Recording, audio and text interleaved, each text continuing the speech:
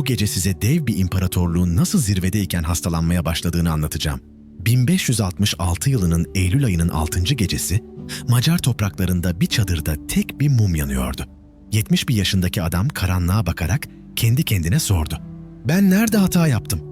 Kanuni Sultan Süleyman, Avrupa'nın korktuğu adam, 3 kıtanın hakimi, şimdi son nefeslerini verirken geçmişiyle yüzleşiyordu. Mustafa'nın boğulduğu o çadırı hatırlıyordu. Cihangir'in kırık kalbini hatırlıyordu. Bayezid'in Acem diyarında öldürülüşünü hatırlıyordu. "Devlet için yaptım," diyordu kendine. Ama devlet neydi ki oğullarının yanında? İşte bu gece size 2 Süleyman'ın hikayesini anlatacağım. Birincisi, 26 yaşında tahta çıkan, gözleri geleceğin ışığıyla parlayan, Belgrad'ı fetheden, Rodos'u alan genç padişah. İkincisi, o çadırda yatan 3 oğlunu kaybetmiş, vicdanıyla boğuşan yaşlı adam. Bu 2 adam arasında 46 yıl var ve o 46 yılda verilen kararlar Osmanlı'nın kaderini sonsuza kadar değiştirdi. Çünkü bazen en parlak zaferler, en karanlık hataları gizler. Videoyu beğenmeyi ve kanala abone olmayı unutmayın. Tabii sadece gerçekten keyif alıyorsanız. Zile basıp bildirimleri de açarsanız yeni videolardan anında haberdar olursunuz. Yorumlarda nerelisiniz ve saatin kaç olduğunu yazın. Dünyanın neresinden bu hikayeyi dinlediğinizi öğrenmek benim için her zaman heyecan verici. Destekleriniz bu videoların devamı için gerçekten çok kıymetli. Lütfen desteğinizi esirgemeyin dostlarım. Bu kanal ancak sizlerle büyüyor.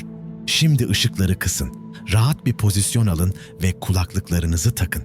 Bu gece beraber Kanuni'nin son nefesinden başlayıp 46 yıllık saltanatın derinliklerine, verilen kararların bedeline, kaybedilen oğullara, liyakatin yerini sadakate bıraktığı o anları ve bir imparatorluğun görünmeyen çatlaklarına ineceğiz. Zirveden çöküşe, zaferden pişmanlığa, babalıktan devlet adamlığına uzanan bu muhteşem ama acı yolculuğa birlikte çıkıyoruz. Macar topraklarının ortasında, Sigetvar Kalesi'nin surları önünde kurulmuş dev bir ordu kampında, 71 yaşındaki bir adamın çadırında tek bir mum yanıyordu. Çadırın keçe duvarları dışarıdan gelen toprak ve barut kokusunu içeride tutuyor, havayı ağırlaştırıyordu. Yaşlı adam yatağının kenarında öylece oturmuş, ellerini dizlerinin üzerine koymuş, karanlığa bakıyordu. Nefes alışverişi ağırdı. Göğsü her solukta inip kalkıyordu. Çadırın içinde sadece mumun titrek alevi görülüyor ve uzaktan gelen bekçi naraları duyuluyordu. Kanuni Sultan Süleyman, Osmanlı İmparatorluğu'nun 10. padişahı, 46 yıldır tahtta oturan hükümdar, artık sadece bir gölgeydi. Gözlerindeki parlaklık çoktan sönmüştü. Yüzündeki derin çizgiler sadece yaştan değil, taşıdığı yükün ağırlığından geliyordu. Elleri hafifçe titriyordu. Dudakları kıpırdadı. Kimsenin duymadığı bir fısıltı döküldü ağzından. "Ben nerede hata yaptım?" Soru havada asılı kaldı. Çadırın duvarları cevap vermedi. Dışarıda 10 binlerce asker onun emrinde savaşıyordu. Ama içeride o yapayalnızdı. Aklından geçen düşünceler bir çığ gibi üzerine çöküyordu. Tahta çıktığı günü hatırladı. 26 yaşındaydı o zamanlar. Genç, güçlü, gözleri geleceğe parlayarak bakan bir şehzade. İstanbul sokaklarında halk ona alkışlar tutmuştu. Yeniçeriler bağlılık yemini etmişti. Dünyanın en güçlü tahtına oturmuştu ve önünde sonsuz bir imkanlar alanı vardı. 46 yıl geçmişti o günden bu yana. Çadırın dışında bir hareketlenme oldu. Ayak sesleri yaklaştı, sonra uzaklaştı. Belli ki Sokullu Mehmet Paşa kuşatmanın durumunu kontrol ediyordu. Sadrazam artık imparatorluğu yöneten gerçek güçtü. Yaşlı padişah bunu biliyordu. Bilmek zorundaydı. Çünkü artık atına bile binecek hali kalmamıştı. Çadırın içinden savaşı yönetiyordu ama aslında yönetmiyordu. Sadece varlığıyla ordunun moralini yüksek tutmaya çalışıyordu. Derin bir nefes aldı. Göğsü sıkıştı. Sanki bir el yüreğini sıkıyordu. Acı dalgalar halinde vücudunu sardı. Gözlerini sıkıca kapadı. Ama acı sadece bedeninde değildi. Ruhu da yanıyordu. Çünkü biliyordu, hissediyordu. Bu dev imparatorluk, bu görkemli yapı kendi döneminde çatlaklar almaya başlamıştı. Ve o çatlakların mimarı da kendisiydi. "Mustafa," diye fısıldadı karanlığa. İsim dudaklarından döküldü ve havada asılı kaldı. Yıllar önce o çadırda verdiği karar şimdi bir hayalet gibi karşısında duruyordu. Oğlunu boğdurtmuştu. En yetenekli, en sevilen, ordunun gözbebeği olan şehzadeyi. Devlet için, tahta çıkacak oğlu Selim için, Hürrem için. Nedeni ne olursa olsun sonuç değişmiyordu.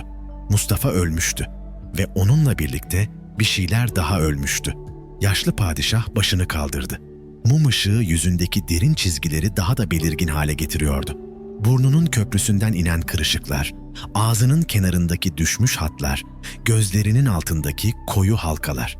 Bu yüz zafer kazanmış bir komutanın yüzü değildi. Yenik düşmüş bir babanın yüzüydü. Ayağa kalkmaya çalıştı.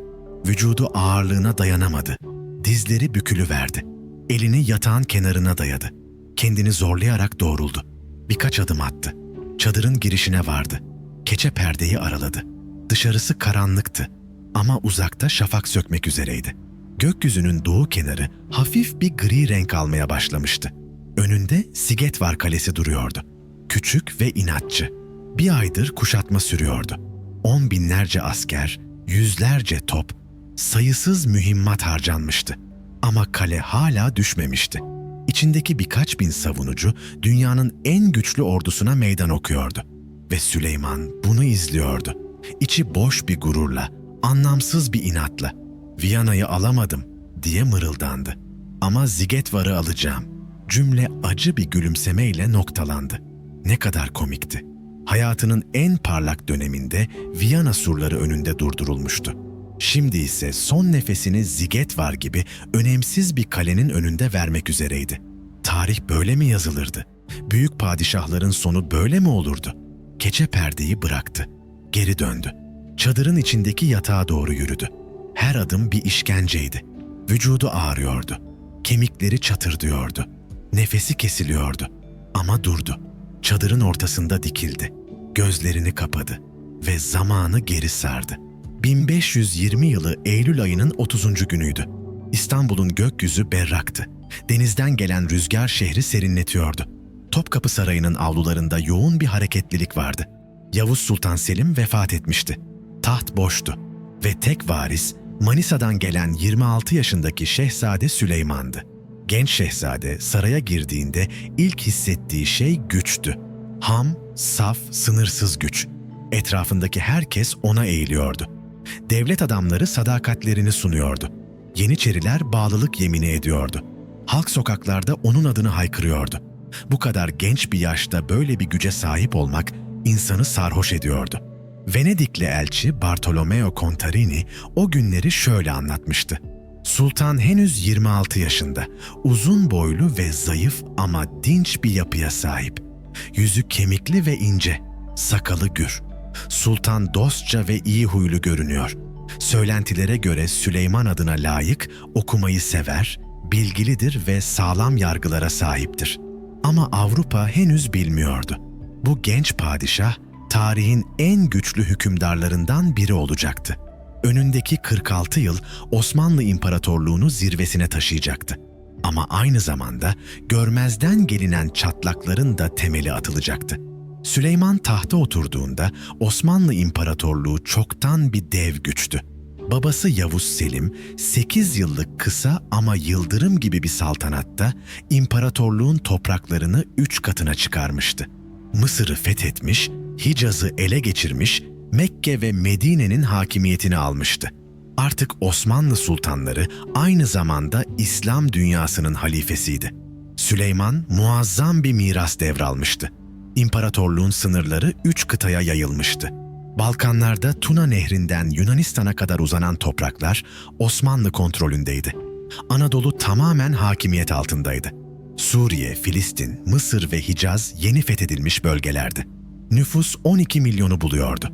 Ordu, Avrupa'nın görmediği bir disiplin ve organizasyonla hareket ediyordu. Yeniçeriler, sipahiler, topçular, kara ordusundan deniz gücüne kadar her şey hazırdı. Ve en önemlisi, devlet mekanizması işliyordu. Divan toplantıları düzenli yapılıyordu. Eyalet sistemi oturmuştu. Vergi toplama düzenli ve etkiliydi. Adalet sistemi işliyordu. Osmanlı sadece askeri bir güç değildi. Aynı zamanda sofistike bir yönetim yapısına sahip bir medeniyetti. Genç Süleyman ilk icraatlarıyla herkesi şaşırttı. Babası Yavuz Selim sert ve acımasızdı. Süleyman ise farklı bir yol seçti. Babasının Safevilere uyguladığı ticaret yasağını kaldırdı. Komşu devletlere barış mesajı gönderdi. Bu yumuşaklık zayıflık değil, güvenin göstergesiydi. İlk hedefi Belgrad'tı. 1521 yılının yazında ordusunun başında Belgrad surları önüne geldi. Büyük Fatih bile Belgrad'ı alamamıştı. Ama Süleyman alacaktı. Ağustos ayında başlayan kuşatma 50 gün sürdü. Toplar gece gündüz ateş etti. Surlar çatladı. Belgrad teslim oldu. Ertesi yıl Rodos'un sırası geldi. Akdeniz'in ortasında Hospitalyer şövalyelerinin elinde olan ada, Osmanlı gemilerine sürekli saldırıyordu. 1522 yazında muazzam bir donanma Rodos'u kuşattı. 5 ay süren kuşatma sonunda şövalyeler teslim oldu. Avrupa artık bu genç sultanı ciddiye almaya başladı. Elçiler İstanbul'a akın etti, mektuplar yazıldı, hediyeler gönderildi. Avrupalılar ona muhteşem demeye başladı. Süleyman the Magnificent, Venedikli bir diplomat şöyle yazmıştı. Bu padişahın gücü iki türlüdür. Deniz ve kara ve ikisi de dehşet vericidir. Ama Osmanlı topraklarında farklı bir isim veriliyordu. Kanuni, kanun koyucu. Çünkü Süleyman sadece savaşmıyordu. Adalet sistemini düzenliyordu. Kanunlar yazıyordu. Osmanlı hukukunu İslam hukukuyla uyumlu hale getiriyordu. Camiler, köprüler inşa ettiriyordu. Mimar Sinan'ın eserleri İstanbul'un silüetini değiştiriyordu. 16. yüzyılın Avrupa'sı güçlü hükümdarlarla doluydu. 5. Karl yani Charles'ken 8. Henry, 1. François. Ama içlerinde en güçlüsü Süleyman'dı. Osmanlı İmparatorluğu doruk noktasındaydı. Ve işte tam bu noktada, tam her şey mükemmel görünürken görünmez çatlaklar oluşmaya başladı. Yaşlı padişah tekrar gözlerini açtı. Geçmiş canlanmıştı zihninde. Genç Süleyman'ı görmüştü. O sınırsız enerjisi, o sarsılmaz güveni, o parlak geleceği. Yatağına uzandı. Nefesi ağırlaştı. Göğsünde o acı tekrar başladı. Bu sefer daha şiddetliydi. Sanki bir el yüreğini sıkıyor, hayatı azar azar çekip alıyordu. Gözlerini tavana dikti. Çadırın keçe örtüsü üzerinde mum ışığının gölgeleri dans ediyordu. "İbrahim," diye fısıldadı. "Mustafa, Cihangir," isimler dudaklarından döküldü. Birer birer, hayaletler gibi. Verdiği kararlar, yaptığı seçimler, ödediği bedeller. Hepsi şimdi karşısındaydı. Ve artık geri dönüş yoktu. Dışarıda toplar patlamaya devam ediyordu. Ama çadırın içinde tarihin en güçlü padişahlarından biri son nefeslerini veriyordu. Ve kimse bilmiyordu ki o nefeslerle birlikte bir dönemde sona eriyordu. Çünkü Süleyman sadece bir padişah değildi. O bir simgeydi. Osmanlı'nın gücünün, ihtişamının, yenilmezliğinin simgesi. Ama o simge kendi elleriyle yarattığı çatlaklar üzerinde duruyordu. Ve o çatlaklar yıllar sonra tüm yapıyı sarsacaktı. Bütün bunlar 10 yıllar önce verilen kararların üst üste gelmesinin eseriydi. 1512 yılının bir yaz günüydü. Manisa'daki Şehzade Sancağı'nda genç bir köle vardı. Adı İbrahim'di. Parga'dan geliyordu. Küçük bir sahil kasabasının balıkçıoğluydu. 1493 ya da 94'te doğmuştu. Küçük yaşta Osmanlı akıncıları tarafından esir alınmış, Bosna Beylerbeyi İskender Paşa'nın hizmetine verilmişti. Artık köleydi. Ama kaderi o gün değişecekti. Konağa bir misafir gelmişti. 20 yaşında bir şehzade. Manisa Sancak Beyi. Adı Süleyman'dı. Yavuz Sultan Selim'in tek varisi, Osmanlı tahtının geleceği. Şehzade konakta dolaşırken bir ses duydu. Müzik. Telli bir çalgı. İnce, duygulu, ustaca çalınmış bir melodi. Sesi takip etti. Bir odanın kapısı aralıktı. İçeride İbrahim oturmuş, keman çalıyordu. Melodi üzgündü. Sanki uzak bir yurdu, kaybedilmiş bir çocukluğu anlatıyordu. İbrahim gözlerini kapatmış çalıyordu. Parmakları tellerde dans ediyor, her nüans bir hikaye anlatıyordu. Süleyman durdu, dinledi. Bu farklıydı, derinlikti, acıydı. Sonra içeri girdi. İbrahim kemanı indirdi. Ayağa kalktı, eğildi. Ama gözlerinde korku yoktu. Sadece bekleyiş vardı. "İsmini söyle," dedi Süleyman. "İbrahim efendim." "Müziği nereden öğrendin?" "Burada efendim, konaktaki bir ustadan." Süleyman bir süre sessizce baktı. Bu köle sıradanlardan değildi. Zeki olduğu belliydi. Ancak en önemlisi, içinde bir şey vardı. Hırs, yükselme arzusu. İki genç adam o gün karşılaştı. İkisi de yaklaşık aynı yaştaydı. İkisi de zeki, hırslı, geleceğe dair büyük hayaller kuruyordu. Biri taht için bekliyor, diğeri hayatta kalma mücadelesi veriyordu. Aralarında sonsuz bir uçurum vardı. Ama o uçurum o gün kapanmaya başladı. Süleyman İbrahim'i beğendi. Konuşması, tavrı, zekası, kültürü. Şehzade İbrahim'i İskender Paşa'dan istedi ya da belki hediye olarak aldı. Kesin bilgi yok ama sonuç belliydi. İbrahim Süleyman'ın mahiyetine katıldı ve o günden itibaren 22 yıl boyunca Süleyman'ın yanında kaldı. Ölümüne kadar. 1520 yılında Süleyman tahta çıktığında İbrahim de İstanbul'a geldi. Has odabaşı oldu. Doğancıbaşı. Padişahın en yakınındaki adam. Venedikli diplomatlar onu sultanın kalbi ve nefesi diye tanımlıyordu. Fiziksel görünümü hakkında bir rapor şöyle yazıyordu. İbrahim ince yapılı, kısa boylu bir adam. Yüzü küçük, çok solgun ama fiziksel görünümü aldatıcıydı. İbrahim sıradan bir köle değildi. Çok dilli bir adamdı. Türkçe, Yunanca, İtalyanca, Sırpça konuşuyordu. Müzik, edebiyat, siyaset, strateji. Her alanda eğitim görmüştü ve en önemlisi Süleyman'ı anlıyordu. Padişahın düşüncelerini okuyabiliyor, onu yönlendirebiliyordu. İlk yıllarda devlet işleri babasının eski paşaları tarafından yönetiliyordu. Piri Mehmet Paşa sadrazamdı. Yaşlı, tecrübeli, tutucu bir adamdı. Süleyman'ın yeni fikirlerini beğenmiyordu. Divanda muhalefet ediyordu. Genç padişah bundan rahatsızdı. Ama açıktan bir şey yapamıyordu. Çünkü paşalar güçlüydü, köklüydü. O ise yeni gelmiş bir sultandı. İbrahim bu dönemde Süleyman'ın kulağıydı. İki adam saatlerce konuşuyordu. Devlet yönetimini, Avrupa'daki gelişmeleri, Osmanlı'nın geleceğini. İbrahim sadece dinlemiyordu. Fikir veriyordu. Strateji öneriyordu. Padişaha güven veriyordu. 1523 yılının Haziran ayının 27. günü tarihi bir karar alındı. Piri Mehmet Paşa emekli edildi. Yerine kim gelecekti? Divandaki vezirler sıraya göre terfi bekliyordu. İkinci vezir Ahmet Paşa kendisinin geleceğini sanıyordu.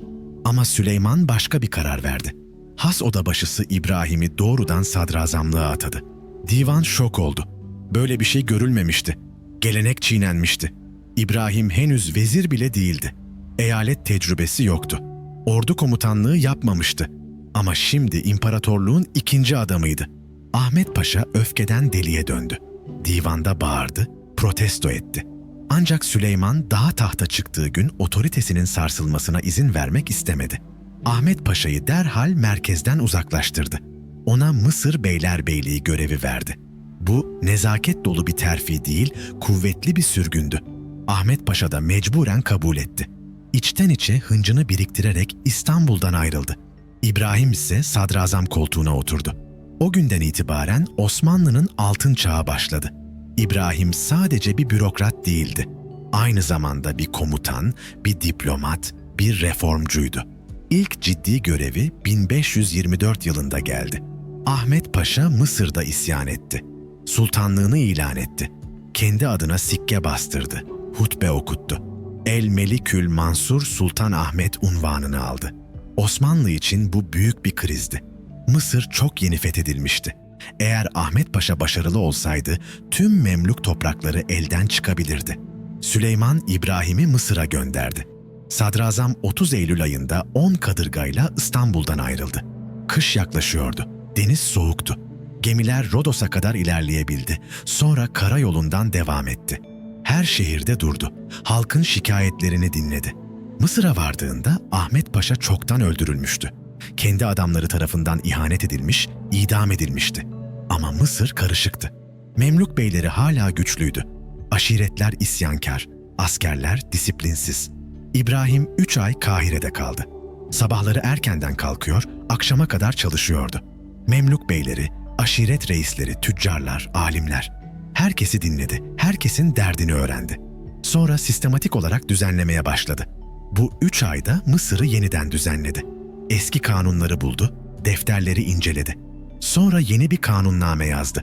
Vergi sistemini düzenledi. Askeri yapıyı modernleştirdi. Eyalet yönetimini yeniden kurdu. Süveyş'te bir donanma üssü kurdurdu. 50 kadırgalık Süveyş kaptanlığını oluşturdu. Portekizlilere karşı Kızıldeniz'i korumak için. 14 Haziran 1525'te İstanbul'a dönmek üzere Mısır'dan ayrıldı. Toplamda 11 ay 6 gün sürmüştü seferi. İstanbul'a döndüğünde muhteşem bir karşılama yapıldı. Padişahın muhafız askerleri ve vezirler onu günlerce süren yoldan karşıladı. Süleyman İbrahim'e çok değerli bir Arap atı hediye etti. İbrahim de padişaha neredeyse aynı değerde bir serpuş hediye etti. Artık İbrahim sadece bir sadrazam değildi. İmparatorluğun beyni olmuştu. 1526 yılında Macaristan seferi yapıldı. İbrahim serdar olarak ordunun başına geçti. Ağustos ayının 29. günü Mohaç Ovası'nda Macar ordusuyla karşılaştılar. Savaş 2 saat sürdü. Macarlar ezildi. Kral Lajos savaş alanında öldü. Macaristan'ın kalbi kırıldı. Zaferden sonra padişahla birlikte İstanbul'a döndü. 1529'da Viyana kuşatıldı. İbrahim yine seferdeydi. Serasker unvanı verilmişti. Kuşatma başarısız oldu. Kış erken geldi. Ordu geri çekildi. Ama İbrahim'in prestiji sarsılmadı. Çünkü Macaristan Osmanlı himayesine girmişti. Orta Avrupa dengeleri değişmişti. 1533'te Habsburg elçileri İstanbul'a geldi. Barış görüşmeleri yapılacaktı. İbrahim müzakereleri yürüttü. Elçilere gözdağı verdi, psikolojik baskı uyguladı. Osmanlı gücünü her fırsatta vurguladı. Bazı Avrupalı diplomatlar İbrahim'i Süleyman'dan sonraki en muhteşem güç olarak tanımlıyordu. Çünkü İbrahim kendini Osmanlı İmparatorluğu'nun gerçek gücü olarak sunuyordu. Müzakereler sonunda İstanbul Anlaşması imzalandı. Önemli bir madde vardı. Osmanlı sadrazamı Kutsal Roma İmparatoru 5. Karl'ın kardeşi Ferdinand'a eşit sayılacaktı. Bu sadece protokol değildi.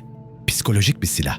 Asil Habsburg hanedanı mensubu bir arşidük, köle kökenli bir sadrazama denk tutuluyordu. Avrupa aristokrasisi için bu bir hakaret. Osmanlılar için bir zaferdi. Ve İbrahim bu oyunun merkezindeydi. 1524 yılının Mayıs ayında İbrahim evlendi.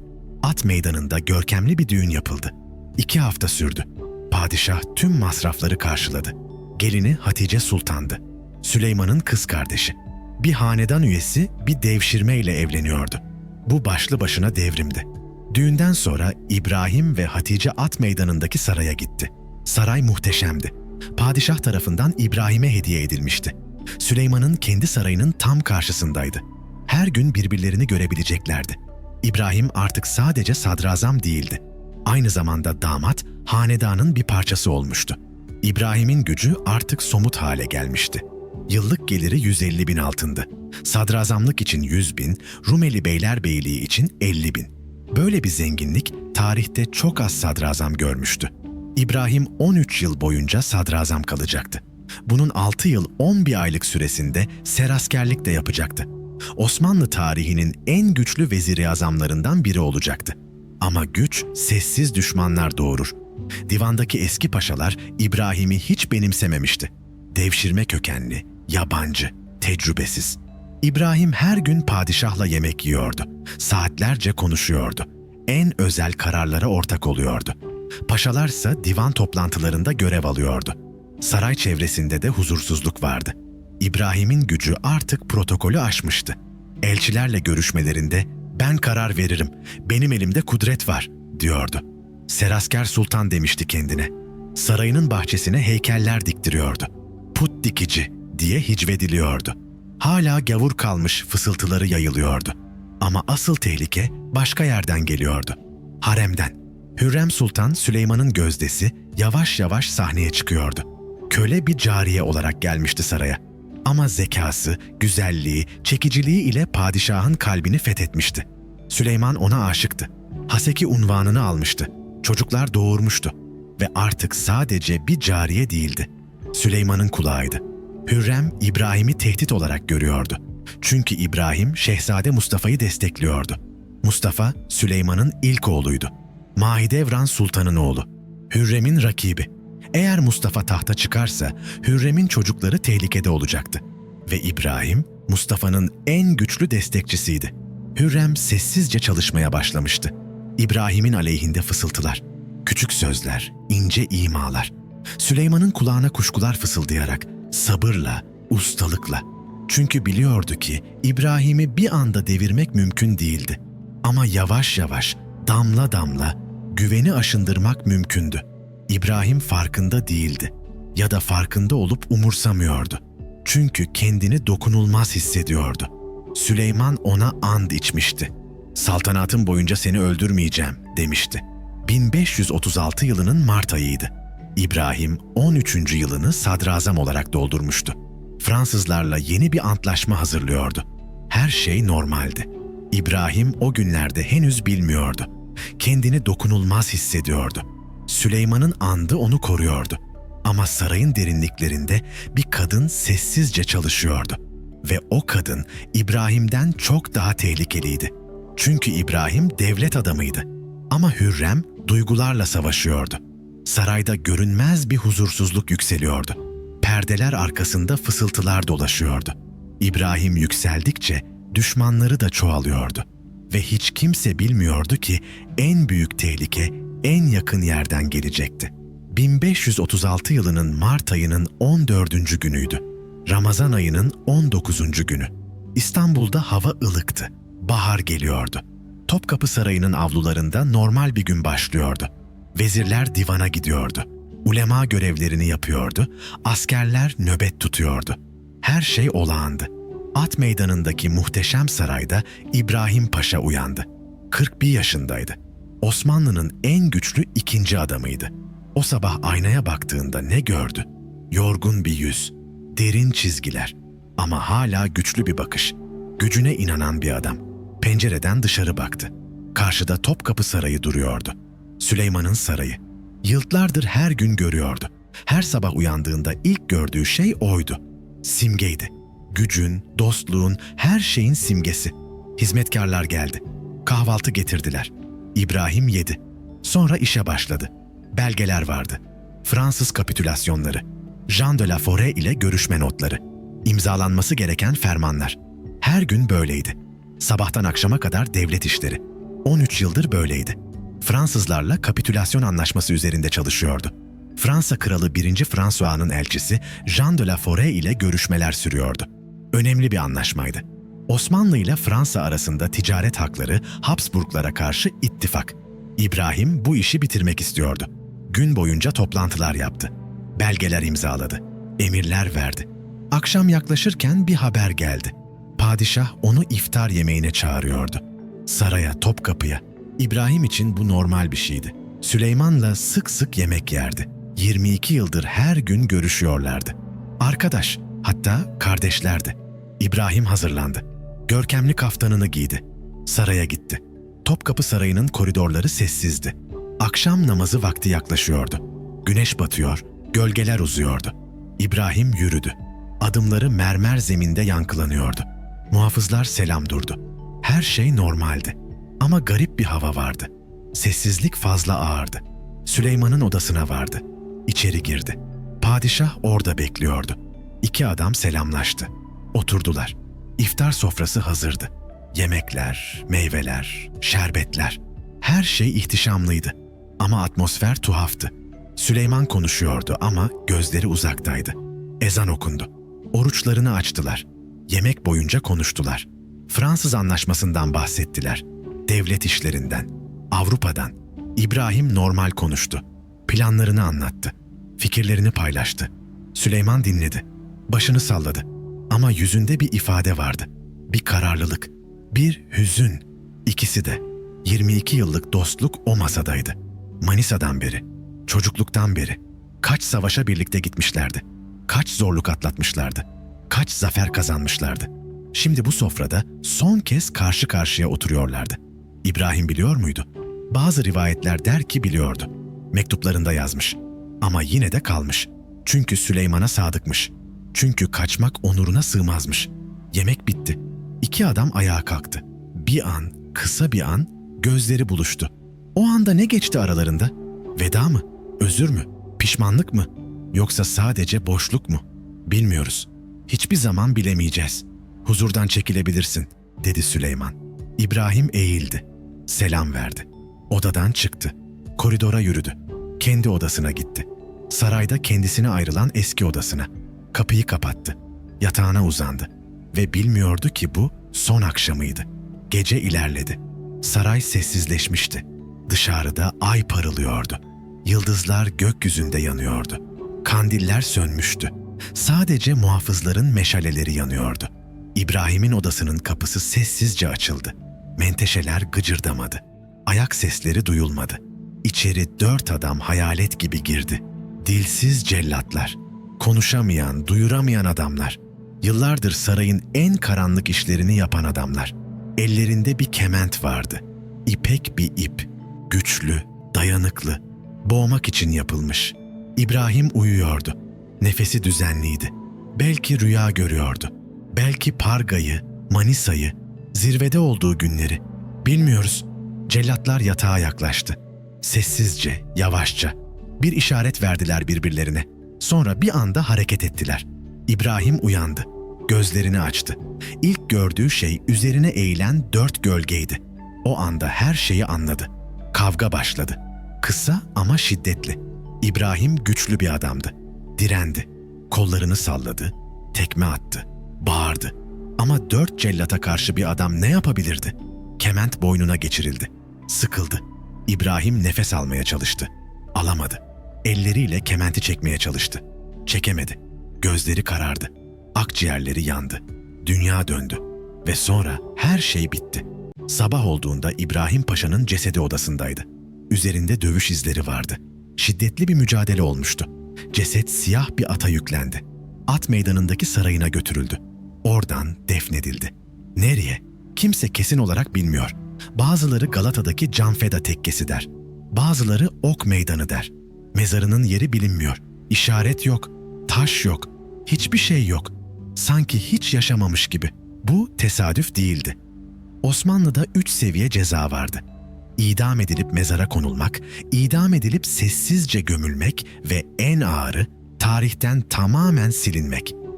İbrahim Paşa'ya en ağırı uygulandı. Mezar yok, kitabe yok, dua yok. Adının anılması bile yasaktı. Çünkü Süleyman sadece bir adamı öldürmemişti. Bir tehdidi yok ediyordu. Devlet içinde devlet olan, sultanla eşit protokolde oturan, Serasker Sultan unvanını kullanan adamın hatırası bile yaşamamalıydı. Hürrem ve Rüstem de bunu istiyordu. İbrahim'in hatırası yaşarsa Mustafa'nın gücü artardı. O yüzden sadece öldürmek yetmedi. Tarihten silindi. Sanki hiç yaşamamış gibi.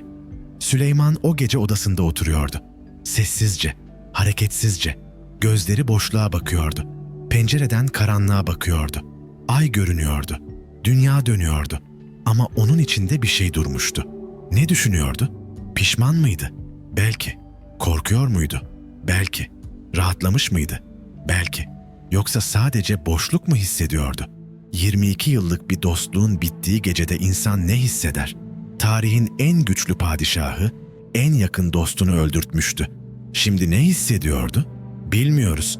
Ama bildiğimiz bir şey var. O geceden sonra Süleyman değişti. Eski hali kalmadı.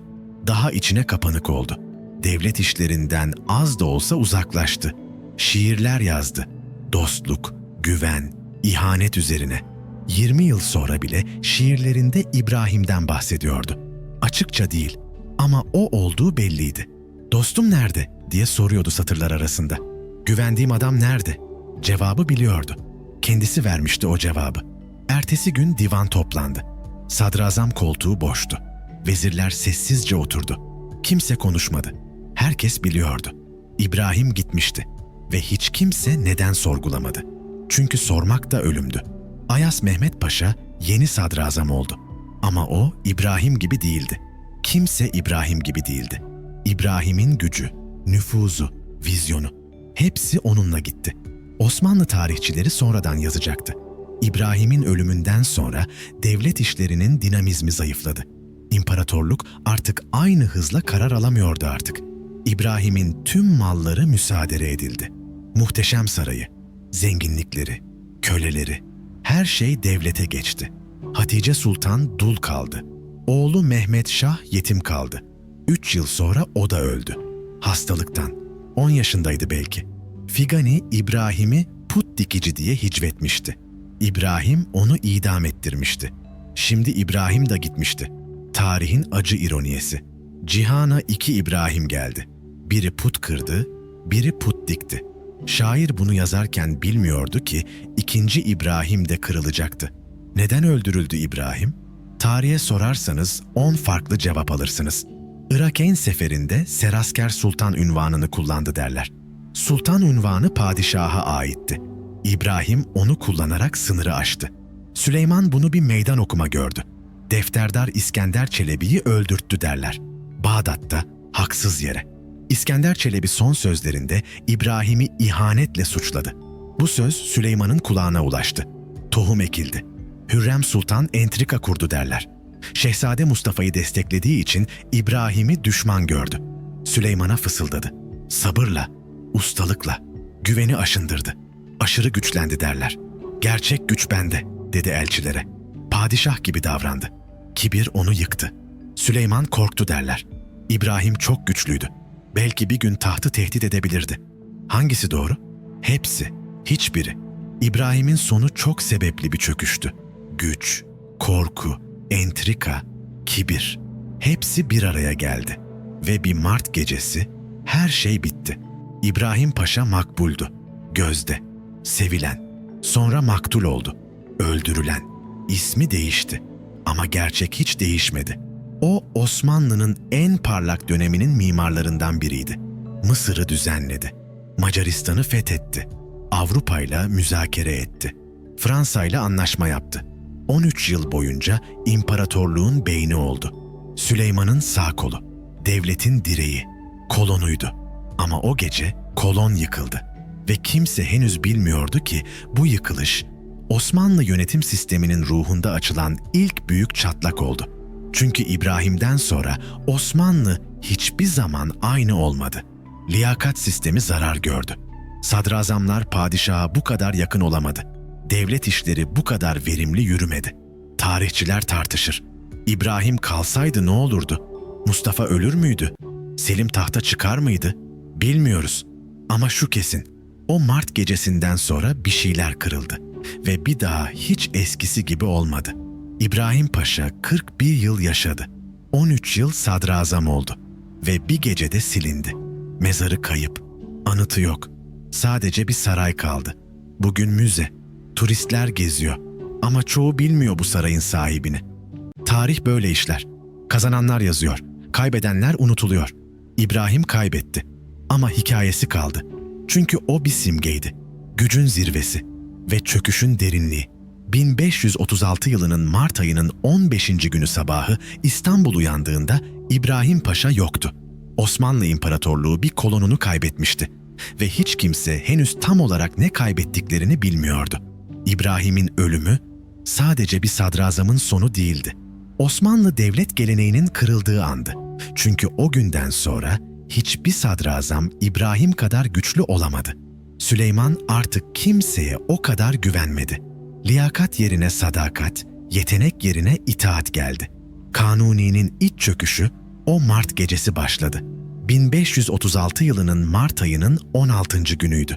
Topkapı Sarayı'nda ağır bir sessizlik vardı. Divan toplandı. Sadrazam koltuğu boştu. Vezirler oturdu.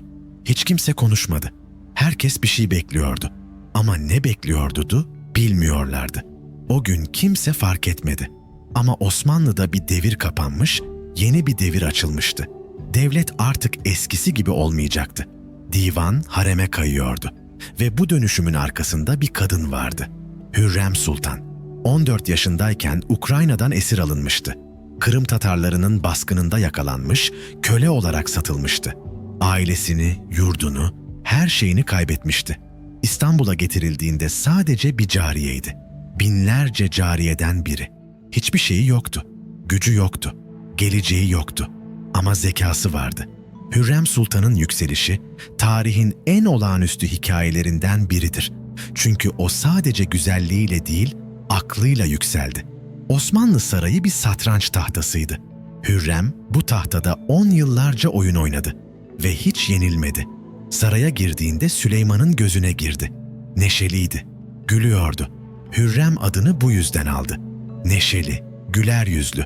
Ama gülümsemesinin arkasında keskin bir akıl vardı. Türkçe öğrendi. Hızla ve mükemmel şekilde. Osmanlı kültürünü öğrendi. Saray protokolünü, devlet işlerini, güç dengelerini, her şeyi öğrendi. Çok hızlı şekilde Süleyman'ın gözüne girdi. 1521'de Şehzade Mehmet'i doğurdu. Haseki unvanı aldı. Artık sıradan bir cariye değildi. Padişahın gözdesiydi. Ama yeterli değildi. Çünkü rakipleri vardı. Valide Hafsa Sultan sarayın en güçlü kadınıydı. Süleyman'ın annesi. Haremin mutlak hakimi. Mahidevran Sultan da güçlüydü. Süleyman'ın ilk gözdesi. Şehzade Mustafa'nın annesi. Veliaht annesi. Hürrem 3. sıradaydı. Ama bekleyebilirdi. Sabırlıydı. Stratejikti. Yıllar geçti. Hürrem 4 oğul daha doğurdu. Selim, Bayezid, Cihangir. Bir de kız, Mihrimah. 5 çocuk. Süleyman başka kadına bakmıyordu.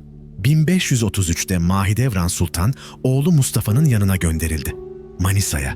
Artık İstanbul'da değildi. Hürrem kazanmıştı. 1534'te Valide Hafsa Sultan öldü. Harem yönetimi Hürrem'e kaldı. Artık rakip yoktu. Ve aynı yıl 1534 Haziran ayında Süleyman'la Hürrem evlendi. Nikah kıyıldı. Düğün yapıldı. Haseki Sultan unvanı Haseki Hürrem Sultan oldu. Cariye padişahın nikahlı eşi oldu. Bu Osmanlı tarihinde devrimdi. 1402 yılında Ankara Savaşı'ndan beri padişahlar cariyelerle evlenmiyordu. Çünkü Yıldırım Bayezid esir düşmüştü. Eşi Timur'un hizmetinde kullanılmıştı. Osmanlı bu lekeyi bir daha yaşamak istemedi. Cariyeler cariye kalacaktı. Özgür olmayacaktı. Böylece düşman eline geçerse devleti utandırmayacaktı. 132 yıl sonra Süleyman bu geleneği bozdu. Hürrem'e nikah kıydı. Elçiler şaşırdı. Venedikli bir elçi yazdı. Sultanların tarihinde eşi görülmemiş, olağanüstü bir olay. Avrupa şok oldu. Osmanlı sarayında fısıltılar yükseldi. Büyü yaptı, dediler. Cadılık, dediler. Padişahın aklını çeldi. Ama gerçek daha basitti. Hürrem, Süleyman'ın sadece eşi değildi. Aynı zamanda danışmanıydı. Sırdaşıydı. Politik ortağıydı. Süleyman ona güveniyordu. Devlet işlerinde fikrini soruyordu. Hürrem sadece yatak odasında değil, divan odasında da etkili olmuştu. Mektuplar yazıyordu. Lehistan Kralı 2. Sigismund'a bizzat mektup gönderdi. Tebrik etti. Dostluk teklif etti. İstediğiniz her şeyi sultana ileteceğim, dedi. Diplomatik yazışmalar yapıyordu. Bir cariye kralla yazışıyordu. Bu görülmemiş bir şeydi. Süleyman sefere çıktığında Hürrem İstanbul'da kalıyordu. Mektuplar gönderiyordu. Şehirdeki gelişmeleri anlatıyordu. Devlet adamlarının selamını iletiyordu. Şeyhülislam'ın haberlerini aktarıyordu. Bir mektubunda yazdı. İran Şahı'nın ailesini esir alamadığınıza üzüldüm. Seferin gidişatını takip ediyordu. Stratejik düşünüyordu. Başka bir mektubunda yazdı. İbrahim Paşa'ya olan küskünlüğümü sormuşsunuz. Gelince anlatırım. İbrahim Paşa'yla arası iyi değildi. Çünkü İbrahim Şehzade Mustafa'yı destekliyordu. Hürrem bunu biliyordu ve tehdit olarak görüyordu. Çünkü Hürrem'in tek hedefi vardı. Kendi oğullarından birinin tahta geçmesini sağlamak. Mustafa büyük tehlikeydi. Süleyman'ın en büyük oğluydu. Mahidevran'ın oğlu. Halk onu seviyordu. Ordu onu istiyordu. Eğer Süleyman ölürse Mustafa tahta çıkacaktı ve Osmanlı geleneğine göre yeni padişah kardeşlerini öldürecekti. Hürrem'in 4 oğlu öldürülecekti. Hürrem buna izin veremezdi. Stratejik olarak düşündü. Sabırla hareket etti. İlk adım Mustafa'nın destekçilerini tasfiye etmekti. Ve en büyük destekçi Sadrazam İbrahim Paşa'ydı. 1536 Mart'ında İbrahim Paşa öldürüldü. Tarihin kesin açıklaması yok. Ama herkes biliyor. Hürrem'in rolü vardı. İbrahim'in ölümü Hürrem için dönüm noktasıydı. Artık önünde engel yoktu. Devlet işlerinde önemli bir role sahip olmaya başladı. Sadrazamların atanmasında söz sahibi oldu. Ve kızını, Mihrimah Sultan'ı stratejik bir evlilik için kullandı. Rüstem Paşa sıradan bir devşirmeydi. Hırvatistan ya da Sırbistan'dan geliyordu. Enderun Mektebi'nde eğitim görmüş, askeri ve bürokratik kariyerde yükselmişti. Zeki bir adamdı. 3 dil konuşuyordu. Diplomaside başarılıydı. Ama en önemli özelliği sadıktı. Süleyman'a koşulsuz bağlıydı. Hiçbir zaman itiraz etmezdi. Her emre baş üstüne derdi. 1539 yılında Mihrimah Sultan'la evlendi. Süleyman'ın tek kızı, Hürrem'in gözbebeği. Rüstem artık damat oldu. Damat Rüstem Paşa. İbrahim Paşa'nın ölümünden sonra yolu açılmıştı. Diyarbakır Beylerbeyi oldu. Sonra vezir. 1544'te sadrazam. Rüstem yeteneksiz değildi. Aksine başarılı bir diplomattı. 1547'de Habsburglarla barış anlaşması imzaladı. 14 yıl sürdü. Tek kurşun atmadan batı sınırını garanti altına aldı. Kral Ferdinand yıllık 30.000 duka vergi ödemeyi kabul etti. Ama Rüstem'in en büyük farkı şuydu. O İbrahim gibi güçlü değildi. İbrahim Süleyman'ın kardeşiydi. Dostu. Padişahın en yakınıydı. Divanda kendi kararlarını alırdı. Bazen Süleymansız hareket ederdi. Rüstem asla öyle yapmazdı. Her karardan önce Süleyman'a sorardı. Hürrem'e danışırdı. Bağımsız değildi. Ve işte bu, Hürrem'in istediği şeydi. Güçlü ve bağımsız vezir istemiyordu. Sadık ve kontrol edilebilir vezir istiyordu. Rüstem mükemmeldi. Hürrem'in damadıydı. Hürrem'in kızıyla evliydi. Ailecek bağlıydı. Ve Hürrem'in planlarını hayata geçiriyordu. Devlet mekanizması değişiyordu. İbrahim zamanında kararlar divanda alınırdı. Şimdi haremde şekillenmeye başlıyordu. Süleyman, Hürrem ve Rüstem. Üçlü güç dengesiydi. Hürrem Süleyman'a fısıldıyordu. Rüstem Hürrem'in direktiflerini uyguluyordu. Süleyman her ikisine de güveniyordu. Divandaki diğer vezirler artık karar alamıyordu. Bilgi akışı kesilmişti. Ne olduğunu bilmiyorlardı. Sadece emirleri uyguluyorlardı. Şeffaflık kaybolmuştu. Çatlaklar oluşuyordu. Hürrem yanlısı vezirler, Hürrem karşıtı vezirler. Saray entrikalarla doluyordu. Venedikli elçiler raporlar yazıyordu. Artık Hürrem Sultansız hiçbir iş olmuyor diyorlardı. Devlet işlerinde onun onayı şart. Bazıları onu cadı diyordu. Bazıları şeytanın aracı. Ama gerçek şuydu. Hürrem sadece akıllı bir politikacıydı. Çocuklarını korumak için savaşıyordu. Ve kazanıyordu.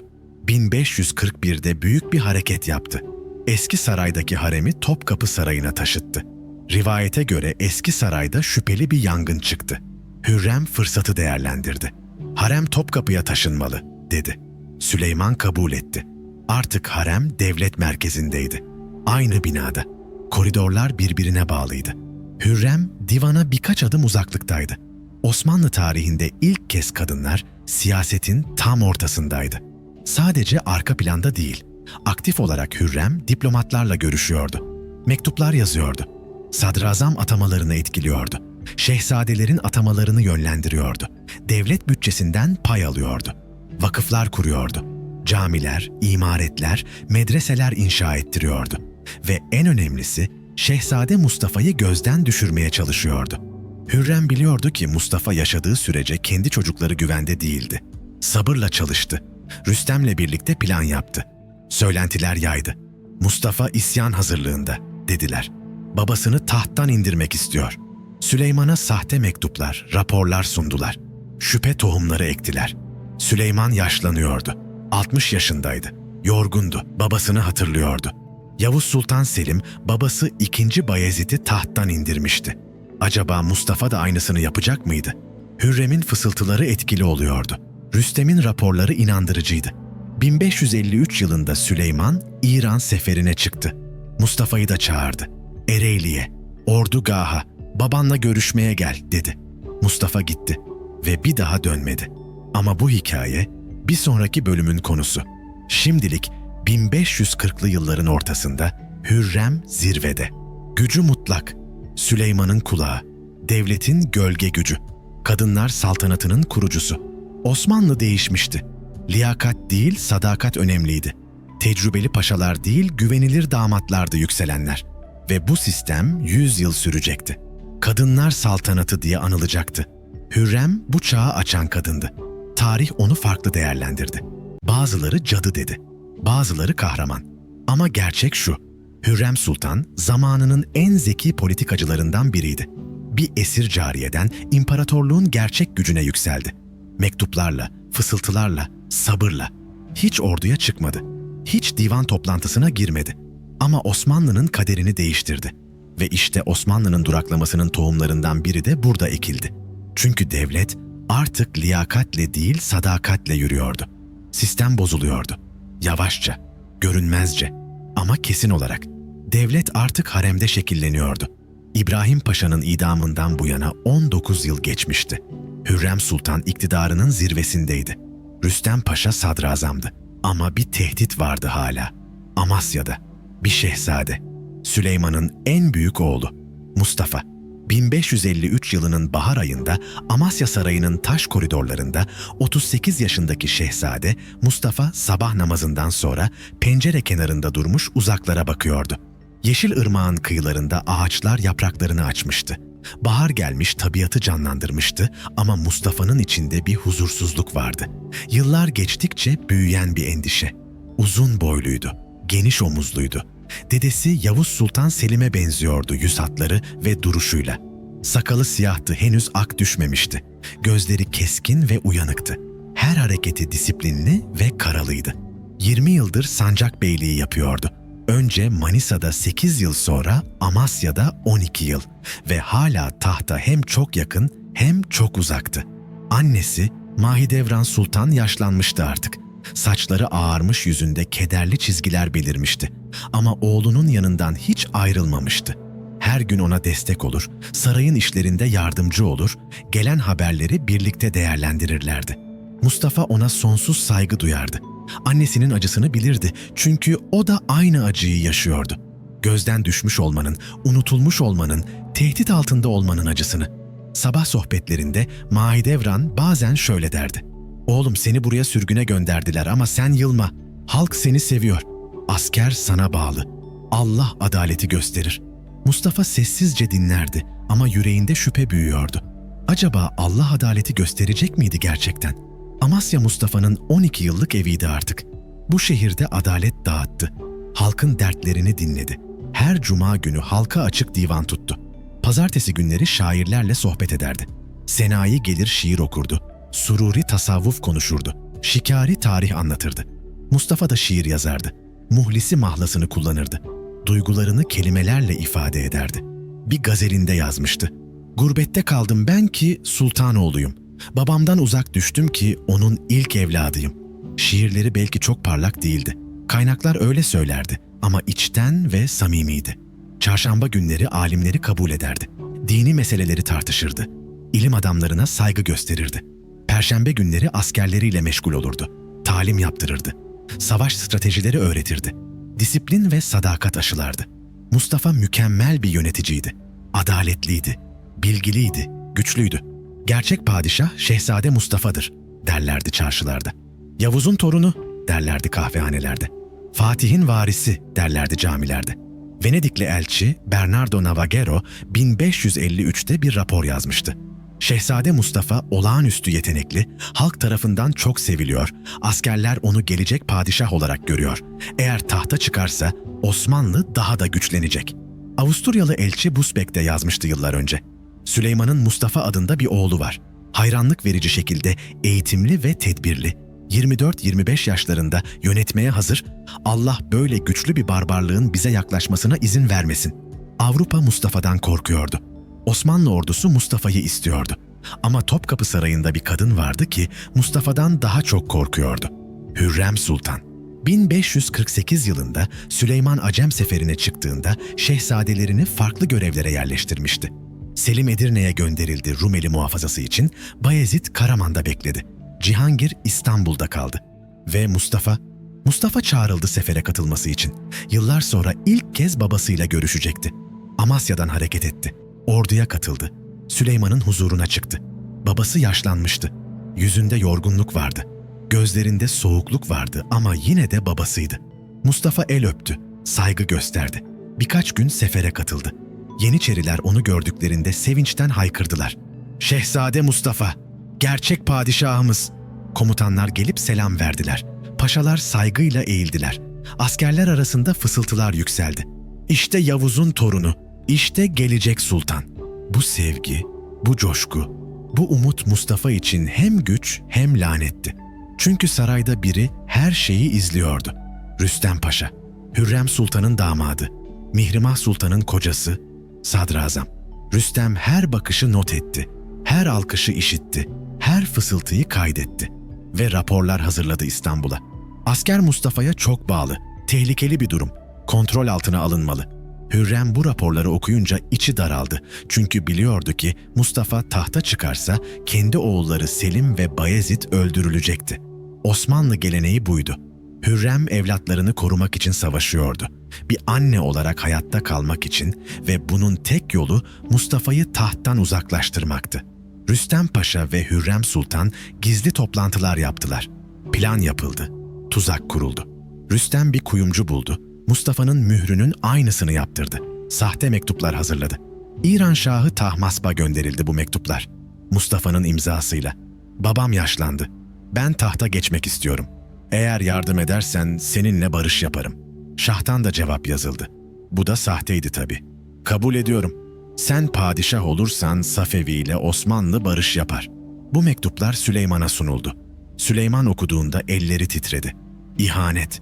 Kendi oğlundan ihanet. İran Şahı'yla yazışıyor. Komplo kuruyor. Tıpkı Yavuz'un babası Bayezid'e yaptığı gibi. Ya mektuplar gerçekse? Ya Mustafa gerçekten isyana hazırlanıyorsa?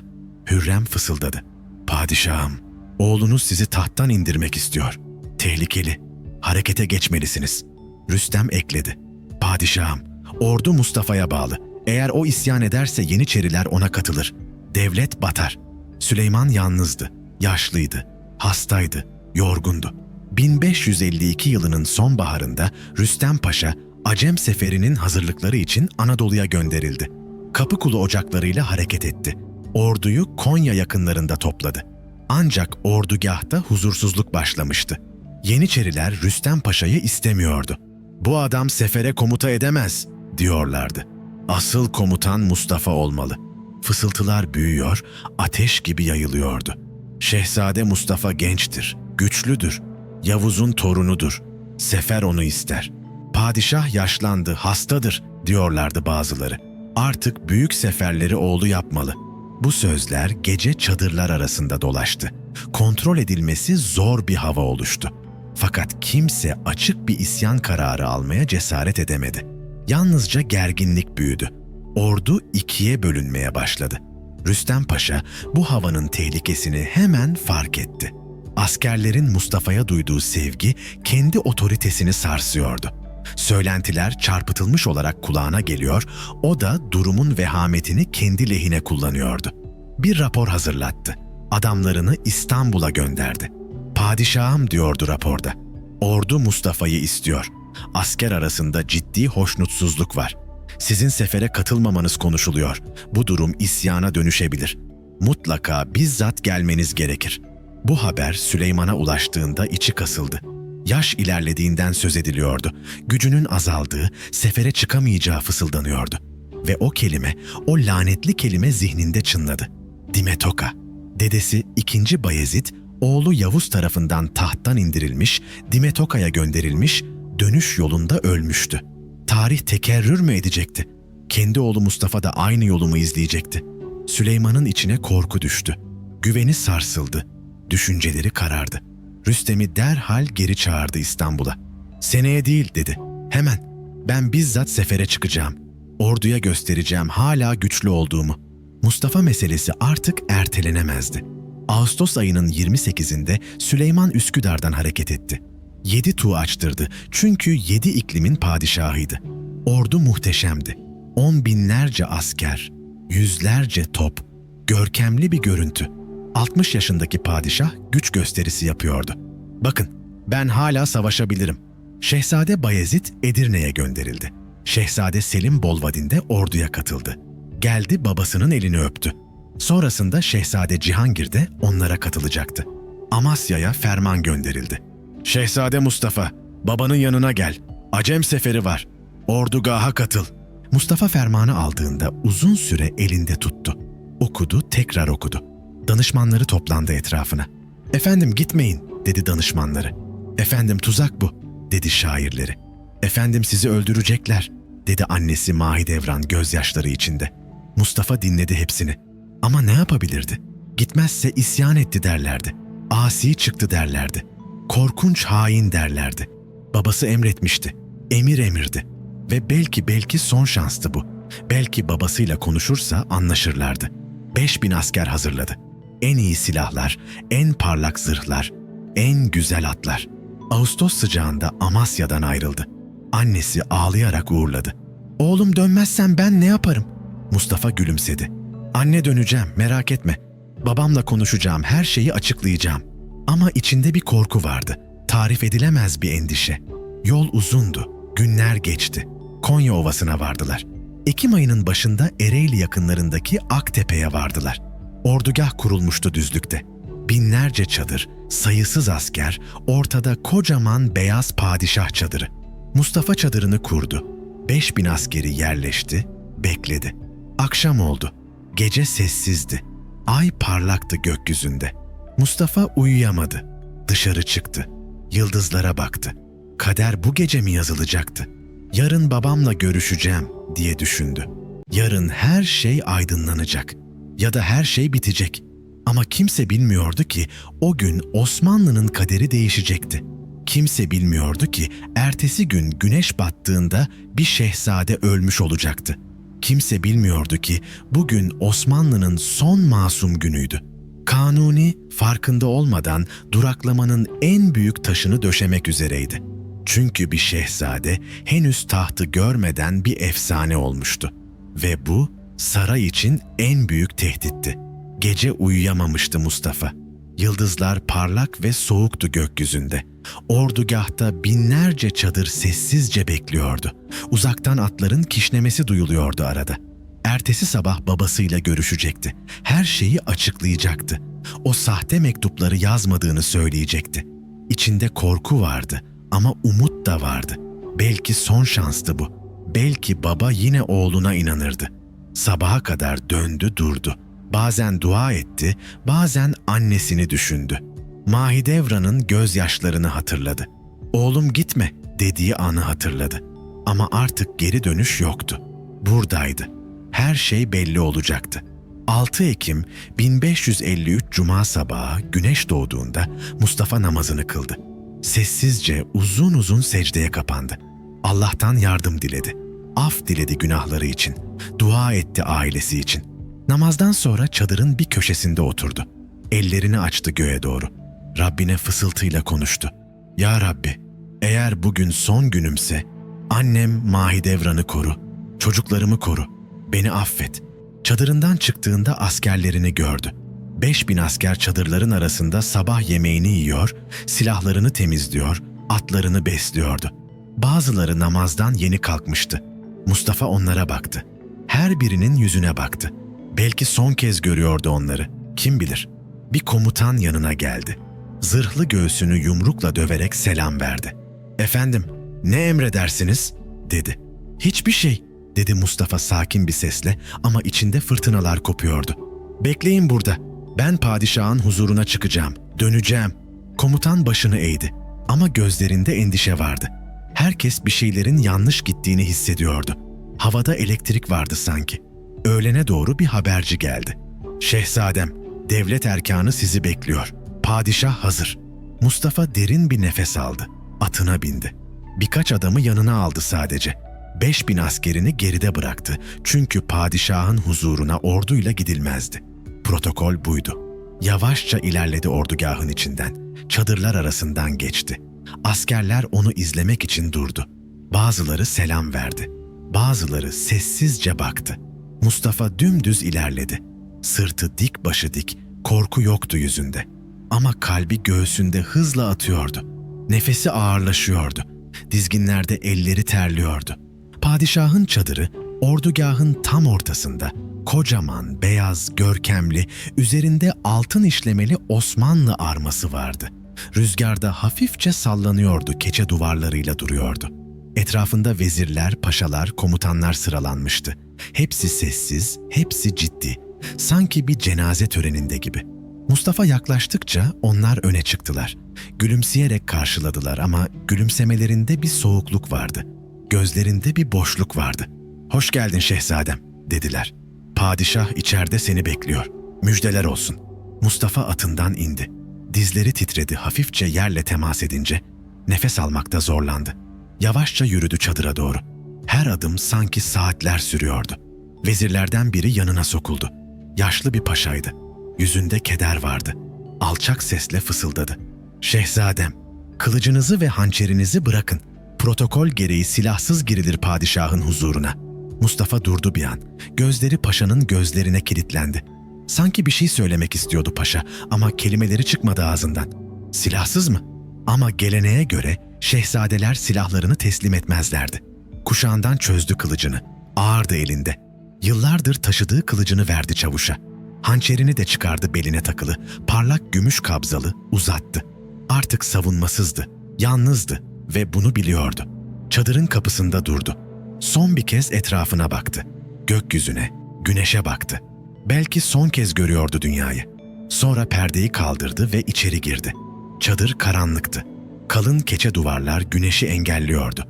İçerisi loş ve soğuktu. Tütsü kokusu vardı havada.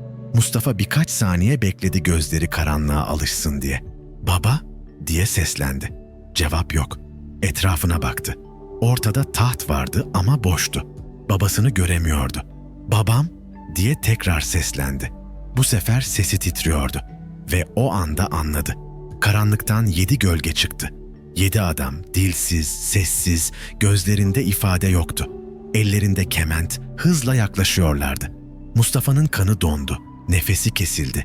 Bir saniye öylece şok içinde kaldı. Sonra içgüdüsel olarak geri çekildi. Kaçmaya çalıştı. Ama kapı uzaktaydı ve cellatlar hızlıydı. "Baba!" diye haykırdı. Ses telleri yırtılırcasına bağırdı. "Baba, ben yapmadım. Baba, ben sana sadığım." Ama sadece sessizlik vardı. Ağır boğucu, korkunç bir sessizlik. Cellatlar üstüne atıldı. Mustafa direndi. 38 yaşında sağlam bir adamdı. Yıllarca savaş talimi yapmıştı. Birinci celladı itti, düşürdü. İkincisinin yüzüne yumruk attı. Üçüncüsünün elinden kementi kaptı. Çadırın içinde vahşi bir boğuşma başladı. Sessiz ama vahşi. Dilsizler ses çıkarmıyordu. Mustafa da artık bağırmıyordu çünkü nefesi yoktu.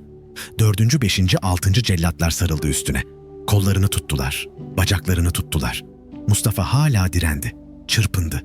Kurtulmaya çalıştı. Kaçmak istedi. Çadırın bir köşesine doğru sürüklendi. Belki bir delik vardı, belki kaçabilirdi. Ama tam o anda bir adam daha girdi içeri.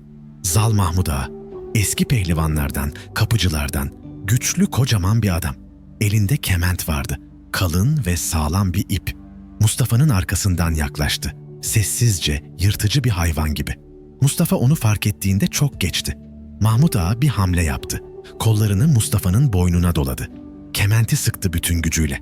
Mustafa boğulmaya başladı. Nefes alamıyordu artık. Elleriyle kementi çekmeye çalıştı ama nafileydi. Gözleri karardı, kulakları çınladı. Yüreği son kez hızla çarptı, sonra yavaşladı ve düştü. Çadırın yere serilmiş halısının üstüne. Hareketsiz, sessiz, ölü. Kapıcı Mahmud Ağa ayağa kalktı. Nefes nefeseydi. Elleri titriyordu. Kementi yere bıraktı. Cellatlar geri çekildi. Ortada sadece Mustafa'nın cesedi kaldı. Gözleri açık, bakışı boşlukta. Boynunda kırmızı kement izi, ağzından hafif kan sızıyordu. Çadırın iç bölmesinde bir perde kıpırdadı. Biri mi vardı orada? Biri izledi mi bu sahneyi? Süleyman gördü mü oğlunun ölümünü? Rivayet karışıktı bu konuda. Bazı kaynaklar evet diyordu, bazıları hayır. Ama fark etmezdi artık. Mustafa ölmüştü. Osmanlı'nın en iyi şehzadesi ölmüştü. Dışarıda binlerce asker bekliyordu. Yeniçeriler, sipahiler, tımarlı süvariler, Mustafa'nın 5000 askeri. Güneş tepedeydi. Öğlen sıcağı bastırıyordu. Herkes zırhlarının altında terliyordu. Ordugahta sessizlik vardı. Garip bir sessizlik. Sanki herkes nefesini tutmuştu. Ve birden çadırdan bir ses geldi. Kısa, boğuk, bastırılmış bir çığlık. Sonra yine sessizlik. Askerler birbirine baktı. Ne oluyordu? Komutanlar telaşlandı. Vezirler dondu kaldı. Kimse konuşmuyordu. Kimse hareket etmiyordu.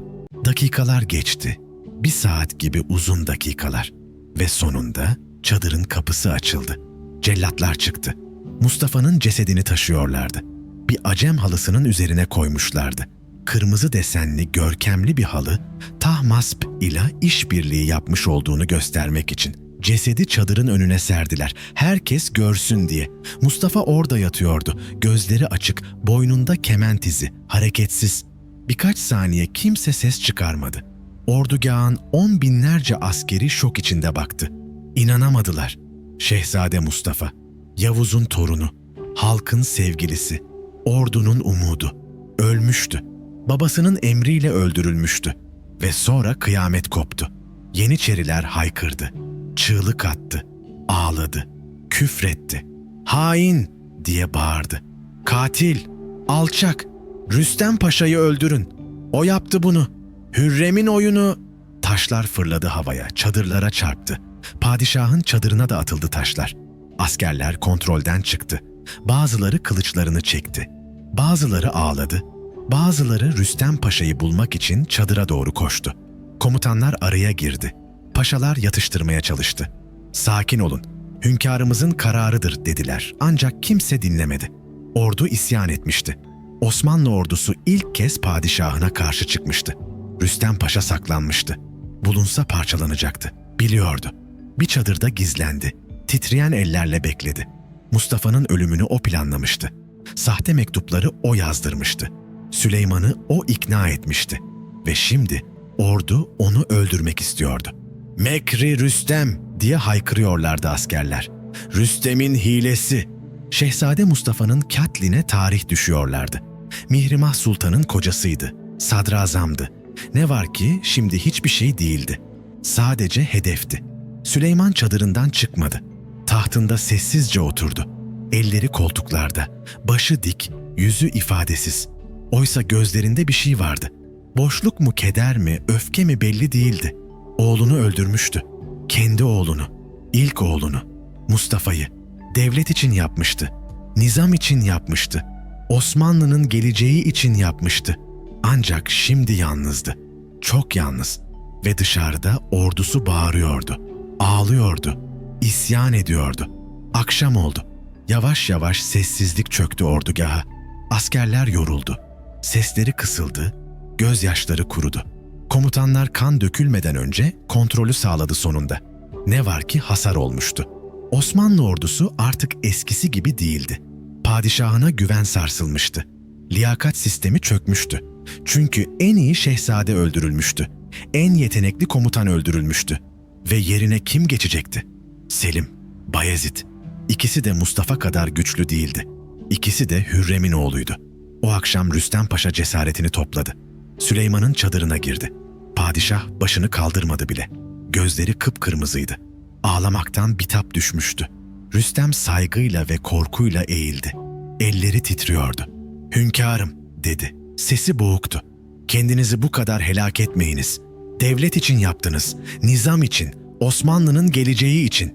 Süleyman yavaşça başını kaldırdı. Damadına baktı. Uzun bir sessizlik oldu. Sonra konuştu. Sesi soğuktu. Buzdan keskin. "Konuş Rüstem, konuş. Ne devlet senin, ne evlat senin." Rüstem dondu kaldı. Hiçbir şey söyleyemedi. Ne söyleyebilirdi ki? Doğruydu. Devlet Süleyman'ındı. Evlat Süleyman'ındı. Karar da Süleyman'ındı. Rüstem sadece bir araçtı. Hürrem'in damadı. Mihrimah'ın kocası. Ne var ki Mustafa'nın da katiliydi. Ve şimdi padişah ona gerçeği söylüyordu. "Sen sadece konuştun ama öldüren bendim." Rüstem geri çekildi. Çıktı. Aynı gün 6 Ekim 1553 Cuma günü Süleyman bir ferman çıkardı. Rüstem Paşa sadrazamlıktan azledildi. Ordunun öfkesini yatıştırmak için kurban verilmeliydi. Yerine 2. Vezir Kara Ahmet Paşa atandı. Rüstem gözden düştü ama canını kurtardı. Süleyman onu öldürmedi. Çünkü Mihrimah Sultan'ın kocasıydı. Hürrem'in damadıydı. Ailecek bağlıydı. Rüstem Üsküdar'daki konağına çekildi. 2 yıl sessizce orada yaşadı. Ordu onu unutana kadar bekledi. Ve 1555 yılının Eylül ayında Kara Ahmet Paşa idam edildiğinde Rüstem yeniden sadrazam oldu. 29 Eylül, 2 yıl sonra. Hürrem de ölmüştü artık ama Mihrimah vardı hala. Ve Süleyman Rüstem'e hala güveniyordu. Ya da güvenmek zorundaydı. Çünkü başka kimse kalmamıştı. Mustafa'nın cesedi Ereğli'ye götürüldü. Cenaze namazı kılındı. Sonra Bursa'ya gönderildi. 2. Murat Türbesi'nin yanına gömüldü. Annesi Mahidevran mezarının başında ağlaması için oraya gönderildi. Mustafa'nın küçük oğlu Mehmet de tehlike olmasın diye Bursa'da boğduruldu. Mustafa'nın Mirahoru ve Sancaktarı da öldürüldü. Hepsi temizlendi. Ve işte böylece 6 Ekim 1553 Cuma günü öğlen vaktinde Osmanlı İmparatorluğu'nun kaderi değişti. O çadırda öldürülen sadece bir şehzade değildi. Osmanlı'nın liyakat sistemi öldü. Yetenekli olmanın değeri sıfırlandı. Halkın sevgisi tehlike sayıldı. Ordunun bağlılığı suç oldu. Ve bundan sonra sadece bir şey önemliydi. Saraya yakın olmak, Hürrem'e yakın olmak, Rüstem'e yakın olmak. Sadakat liyakatten önemli hale geldi. Ve bu Osmanlı'nın sonunun başlangıcıydı. Taşlıcalı Yahya o akşam perişan haldeydi. Elinde kalem titriyordu. Gözyaşları kağıda damlarken yazdı. Ey görenler, bu hali hep acıyın halime. Böyle mahzun, böyle giryan, böyle avare beni. Şairler ağladı. Halk ağladı. Askerler ağladı. Ama kimse Mustafa'yı geri getiremedi. Ve kimse bilmiyordu ki bu çadırın gölgesi başka bir hayatı da söndürecekti. Mustafa'nın öldüğü gün cesedi İran halısı üzerinde serilirken, ordugahtan uzakta, dağların sessizliğinde iki şehzade ava çıkmıştı.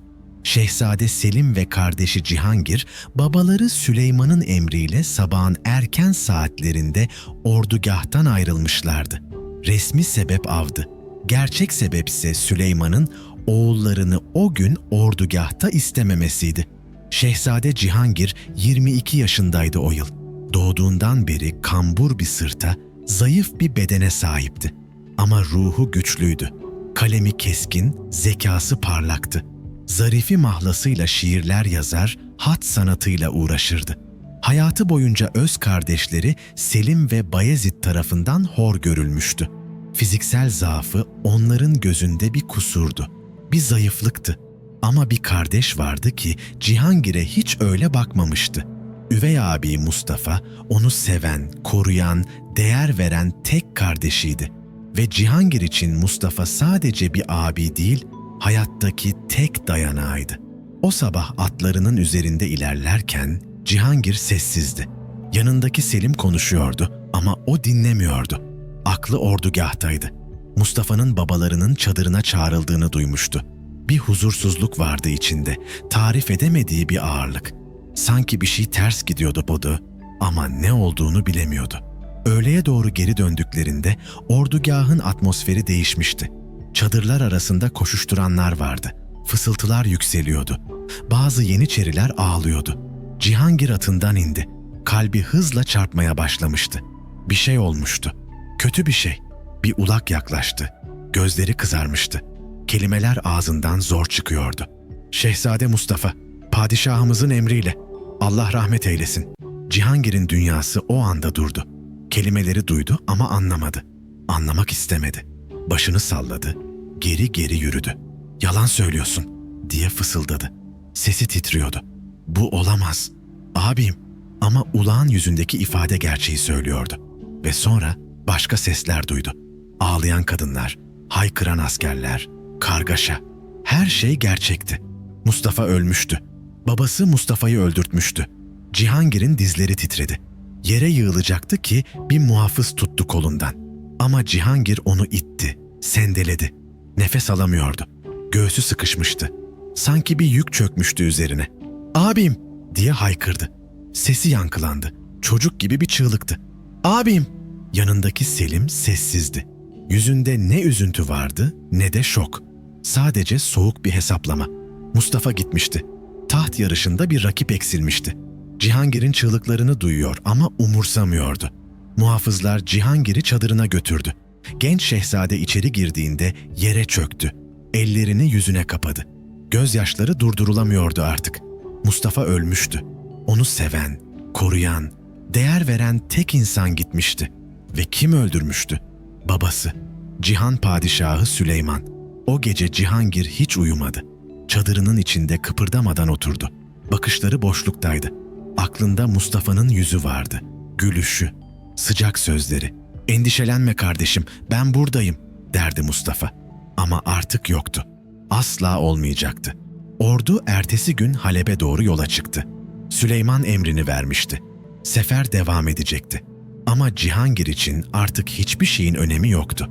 Atının üzerinde ilerliyordu ama ruhu geride kalmıştı. O çadırda, Mustafa'nın cesedinin yanında. Günler geçtikçe Cihangir eriyordu. Yemek yemiyordu, konuşmuyordu. Kimseyle göz göze gelmiyordu. Çadırına kapanıyor, saatlerce oturuyor. Bazen şiirler yazıyordu. Zarifi mahlasıyla yazdığı mısralar artık keder doluydu. Ölüm kokuyordu. "İki büyük suçumuz var. Biri sevmek, biri sevilmek," diye yazmıştı bir gün. Elindeki kalem titriyordu. Mürekkebi kağıdın üzerinde yayılıyordu. "Bunca büyük suçlarla padişah olunmaz. Biz insanız Cihangir, bizden tahtlara han olmaz." Kendisinden bahsediyordu sanki. Kendisine sesleniyordu. Mustafa ile aralarındaki o derin bağı anlatıyordu. "Sıcağına bak yüreğimizin, aktıkça gözlerden gözlere, nasıl eritir birbirini. Tahtların karlı doruğunda. Taht onlar için değildi. Taht 7 insanları öldürüyordu. Ve şimdi Mustafa ölmüştü, taht uğruna. Doktorlar çağrıldı, ilaçlar sunuldu ama Cihangir hiçbirini kabul etmiyordu.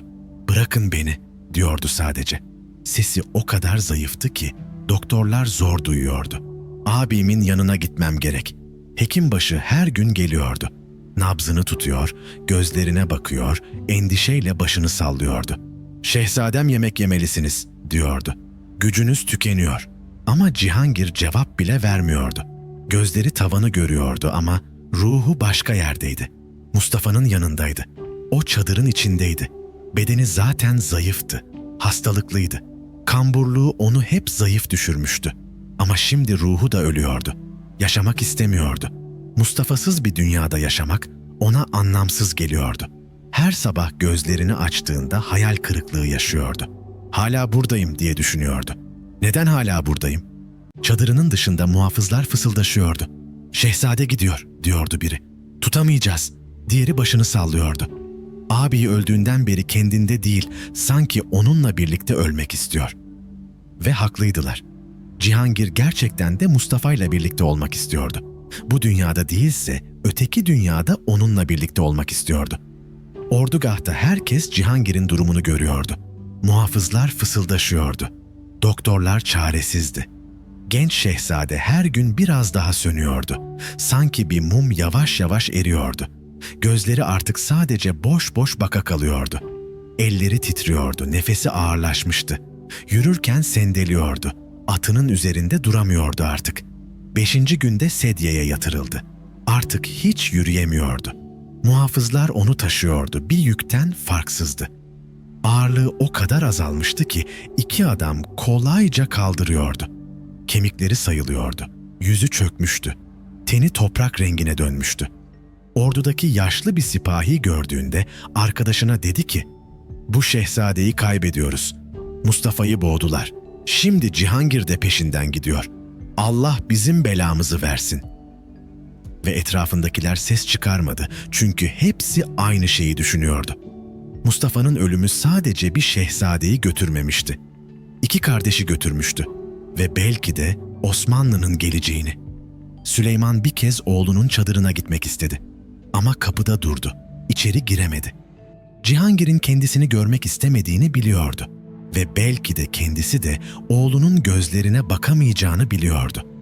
O gözlerde ne görecekti? Nefret mi? Hayal kırıklığı mı?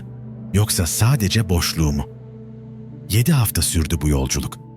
7 hafta boyunca Cihangir ölümü bekledi. Ve Halep'in kapılarına vardıklarında ölüm geldi. 27 Kasım 1553, Halep. Sabahın erken saatleriydi. Cihangir'in çadırından ses gelmiyordu. Muhafızlar endişeyle içeri girdiklerinde genç şehzadeyi yatağında buldular. Gözleri kapalıydı, nefesi kesilmişti. Yüzünde bir huzur vardı. Sanki nihayet aradığı şeyi bulmuştu. Şehzade Cihangir ölmüştü. 22 yaşında, kırık bir kalple, Mustafa'nın ardından. Haber Süleyman'a ulaştığında padişah taştan bir heykele döndü. Konuşmadı, ağlamadı, kımıldamadı. Sadece baktı, uzun uzun baktı. Sonra yavaşça döndü, çadırına yürüdü. Kapıyı kapattı ve o kapı günlerce açılmadı. İçeride Süleyman yalnızdı. Tamamen korkutucu bir şekilde yalnız. Oğlunun cesedini görmemişti, göremezdi. Görmek istemiyordu çünkü biliyordu. Cihangir'i öldüren o değil miydi? Kendi eliyle Mustafa'yı boğdurduğunda Cihangir'in kalbini de boğmuş değil miydi? 2 oğul, 7 hafta içinde 2 oğul. Biri çadırında cellat ipine teslim edilmiş, diğeri kırık bir kalple sönmüştü. Ve her ikisinin ölümünden sorumlu olan kimdi? Rüstem mi? Hürrem mi? Hayır. Cevap aynasındaydı. Kendisiydi. Cihan Padişahı, Kanuni Sultan Süleyman. Geceler en zoruydu. Karanlıkta yatağında dönüyor, uyuyamıyordu. Gözlerini kapattığında Mustafa'yı görüyordu. Çadıra giren, babasını arayan, sonra cellatlara yakalanan genç adam. "Baba!" diye haykırıyordu Mustafa. "Baba, beni görüyor musun?" Ve Süleyman görüyordu. Rüyasında perdenin arkasındaydı. Oğlunun boğulmasını izliyordu, kımıldayamıyordu, bağıramıyordu. Sadece bakıyordu. Ve sonra Cihangir geliyordu. "Neden abimi öldürdünüz?" diye soruyordu. "Beni de öldürecek misiniz?" Uyanıyordu ter içinde. Göğsü sıkışıyordu, nefes alamıyordu. Etraf karanlıktı. Ama o karanlıkta yüzler görüyordu. Mustafa'nın yüzü, Cihangir'in yüzü. İkisi de bakıyordu ona. Konuşmuyorlardı. Sadece bakıyorlardı. Ve o bakışlar Süleyman'ın ruhunu yakıyordu. Bir gece kalktı, mum ışığında kağıda eğildi.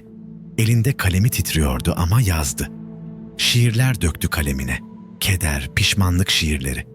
Kelimeleri çaresizlikle seçiyordu çünkü hiçbir kelime bu acıyı tarif edemiyordu.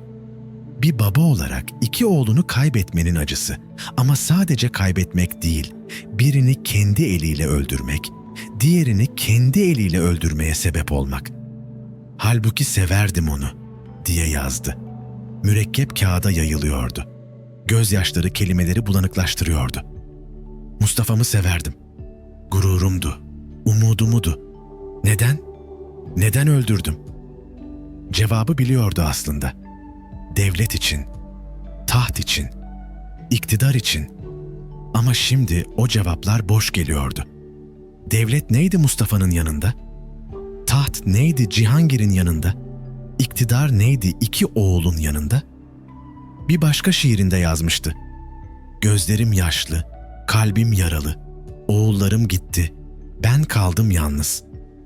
Muhibbi mahlasıyla yazdığı bu dizeler bir babanın feryatıydı. Ama kimse duymuyordu. "Taht için mi?" diye soruyordu kendine ve kağıda. "Devlet için mi?" Ama cevap bulamıyordu. Çünkü taht hala oradaydı. Devlet hala ayaktaydı. Ama oğulları yoktu. Mustafa yoktu. Cihangir yoktu. Kalanlar kimlerdi? Selim ve Bayezid. İkisi de birbirine düşman, ikisi de taht için birbirini öldürmek istiyordu. Yani bu acılar boşunaydı. Bu fedakarlıklar hiçbir şey getirmeyecekti. Bir zamanlar Muhteşem diye anılırdı. 3 kıtaya hükmediyordu. Ordular onun adını duyunca titriyordu. Düşmanlar önünde diz çöküyordu. Belgrad'ı almıştı. Rodos'u fethetmişti. Mohaç'ta Macar ordusunu yok etmişti. Viyana surlarını dövmüştü. Süleyman geliyor dendiğinde Avrupa telaşa kapılırdı. İşte bu adamdı o. Muhteşem Süleyman. Kanuni Sultan Süleyman. Dünyanın en güçlü padişahı. Ama şimdi ne kalmıştı? Yaşlı bir baba. 2 oğlunu kaybetmiş, vicdanını kaybetmiş, ruhunu kaybetmiş biri. Fetihler ne işe yarıyordu? Topraklar ne anlama geliyordu? Düşmanları yenmişti ama en büyük düşmanı kendisiydi. Ve bu düşmandan kaçış yoktu.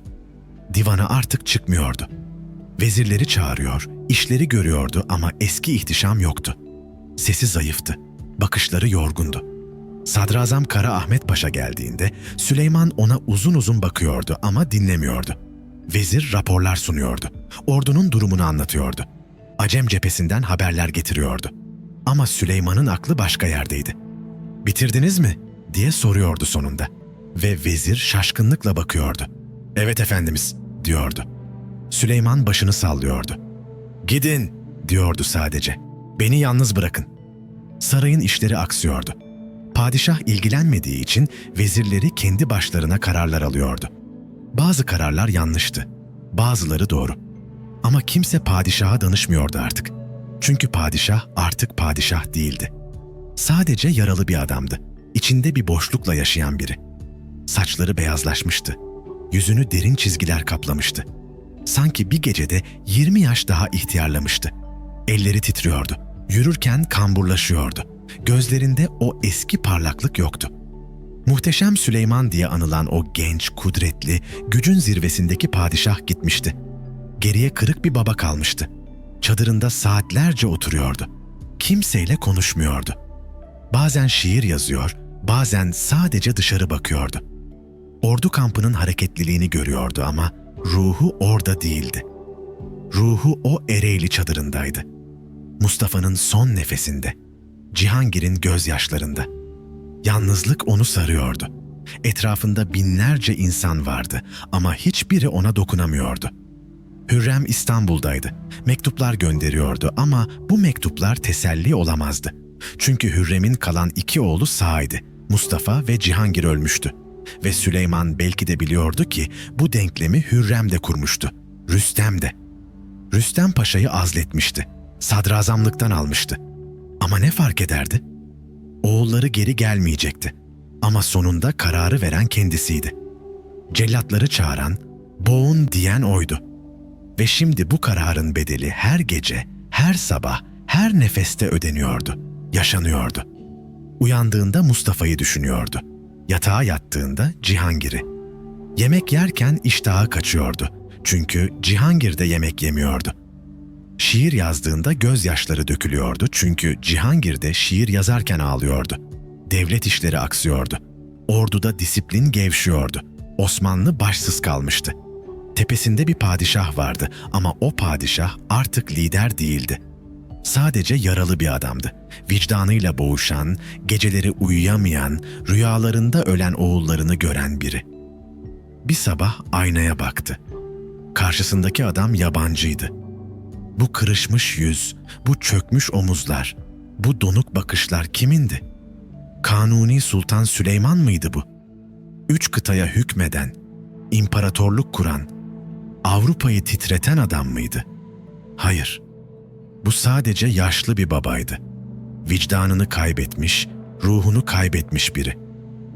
"Mustafa," diye fısıldadı aynadaki adama. "Cihangir."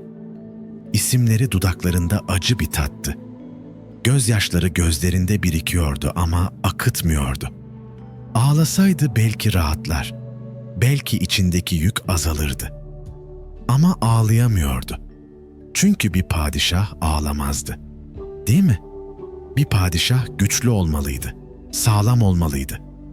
Ama bu padişah ne güçlüydü ne de sağlam. Artık sadece kırıktı. "Beni affeder misiniz?" diye sordu aynaya. Sesi titriyordu. "Lütfen beni affedin." Ama ayna cevap vermedi. Ve Süleyman biliyordu ki cevap asla gelmeyecekti. Çünkü bazı günahlar affedilemezdi. Ve bir baba olarak oğullarını öldürmek belki de en ağır günahtı. Belki Allah affederdi, belki tarih affederdi. Ama Süleyman kendini asla affetmeyecekti. Her sabah aynaya baktığında Mustafa'yı görecekti.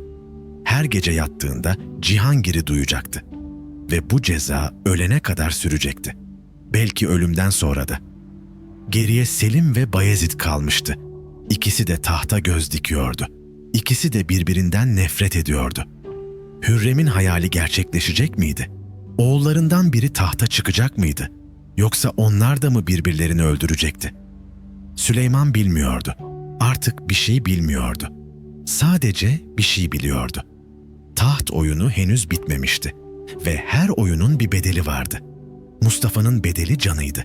Cihangir'in bedeli kırık kalbiydi. Süleyman'ın bedeli ise vicdanıydı. Ve bu bedel her gün, her gece ağırlaşarak ödeniyordu. Taht oyunu henüz bitmemişti. Şehzade Selim 1524 yılında doğmuştu. Artık 30 yaşına yaklaşıyordu. Sağ kalan en büyük oğuldu. Manisa'da sancak beyi olarak görev yapıyordu. Kaynaklara göre zevk ve eğlenceye düşkündü. Alim, şair ve müzisyenleri yanından eksik etmezdi. Halk arasında sarhoş lakabıyla anılıyordu ama bu imaj aldatıcıydı. Selim politika oyunlarını iyi biliyordu. Sabırlıydı, beklemesini biliyordu ve en önemlisi babasına sadıktı. Hiçbir zaman Süleyman'a karşı gelmemişti. Tahtı alacaksa zamanı geldiğinde alacaktı. Şehzade Bayezid ise 1526 yılında doğmuştu. Daha genç, daha hırslı, daha sabırsızdı. Kütahya'da sancak beyiydi. Mizacı babasına benziyordu. Melankolik, okumayı seven, faziletli, şair. Şahi mahlasıyla şiirler yazardı. Kendisine softa derlerdi çünkü kâ ilme vermiş, dindar bir şehzadeydi. Ama en önemlisi Bayezid cesurdu, mertti. Halk onu seviyordu. Tıpkı Mustafa gibi. Ve işte bu Bayezid'in en büyük sorunu olacaktı. Çünkü Mustafa da halk tarafından sevilmişti. Ve Mustafa'ya ne olmuştu? İki kardeş arasında anneleri Hürrem Sultan duruyordu. İkisini de seviyordu. İkisini de koruyordu. Ama gönlü Bayezid'den yanaydı çünkü o, Süleyman'a daha çok benziyordu. Yine de Hürrem dengeyi korumaya çalışıyordu. İki oğlu arasında barışı sağlamaya uğraşıyordu. "Birbirinize düşmeyin," diyordu. "Babanız yaşarken sabredin." 1555 yılının Eylül ayında sarayda bir değişiklik oldu. Kara Ahmet Paşa sarayda idam edildi. Süleyman basit bir bahaneyle onu öldürttü ama herkes gerçek sebebi biliyordu. Hürrem Sultan ve Mihrimah Sultan Rüstem Paşa'yı geri getirmek istiyorlardı ve istediklerini aldılar. 29 Eylül 1555 Rüstem Paşa ikinci kez sadrazam oldu. Mustafa'yı öldürten adam geri dönmüştü ve bu sefer ölene kadar bu makamda kalacaktı. Rüstem Paşa gözlerini şehzadelere çevirdiğinde hesap yapmaya başladı. Selim mi, Bayezid mi? Hangisi kazanacak? Hangisini desteklemeli?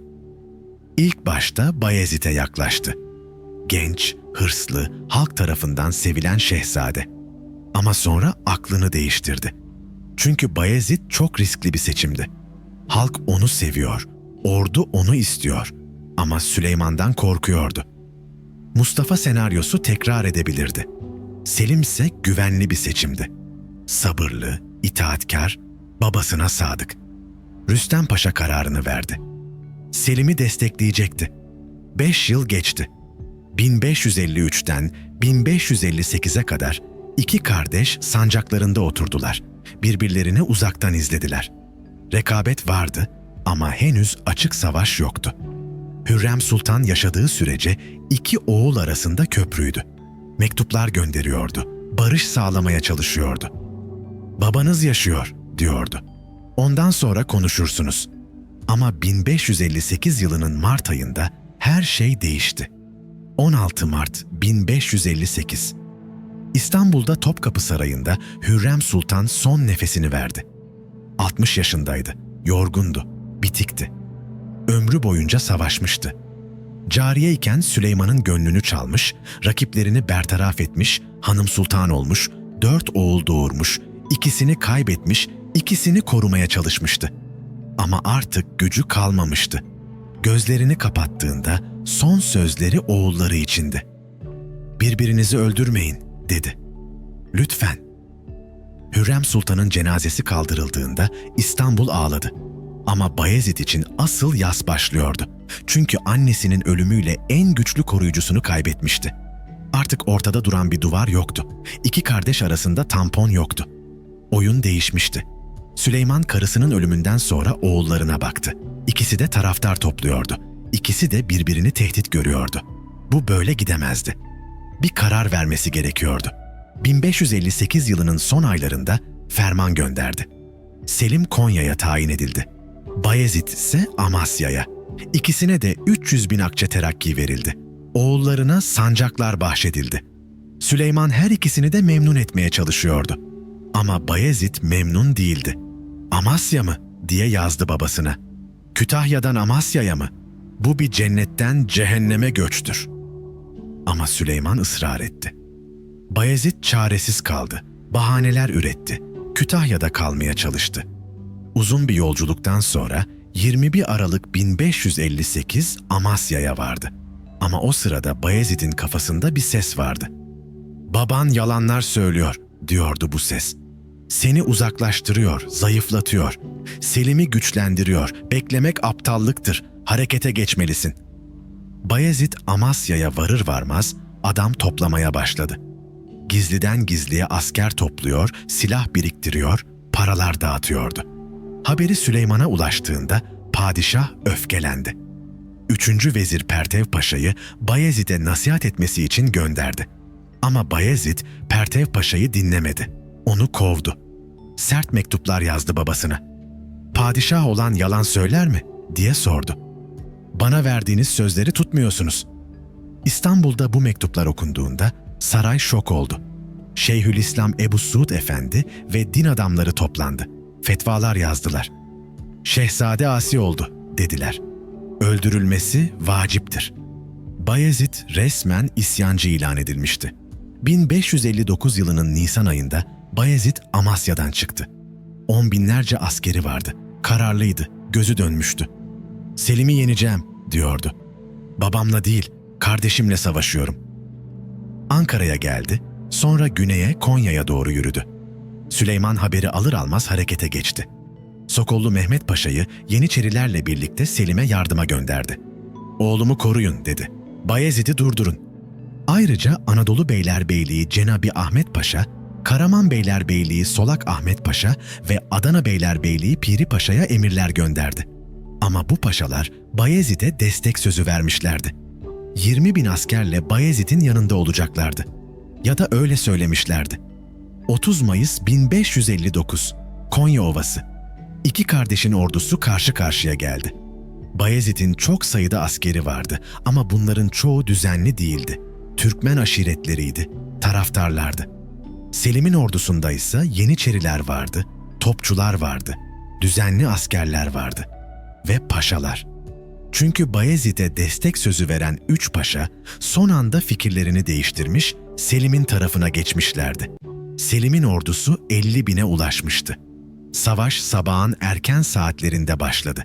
Yeniçerilerin çoğu gönülsüzdü. Bayezid'i seviyor, onun adaletini hatırlıyorlardı. Bu tereddüt Selim'in ordusunu zayıflattı. Bayezid fırsatı değerlendirdi. Selim'in sağ kanadını çökertecek kadar baskı kurdu. Kısa sürede binlerce asker öldü.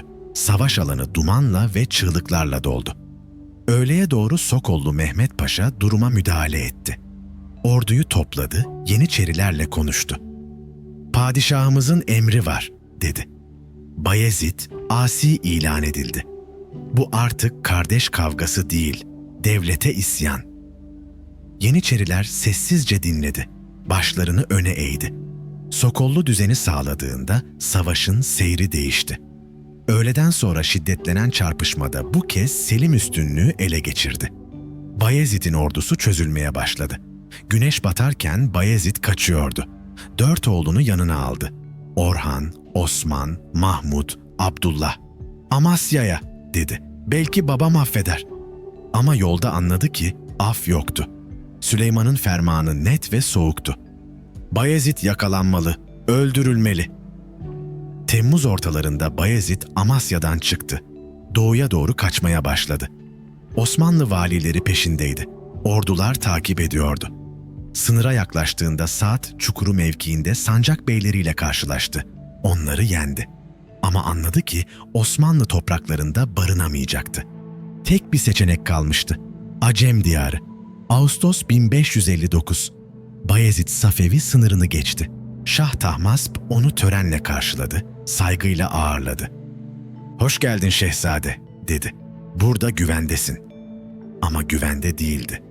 Çünkü Bayezid artık bir rehine olmuştu, pazarlık malzemesi.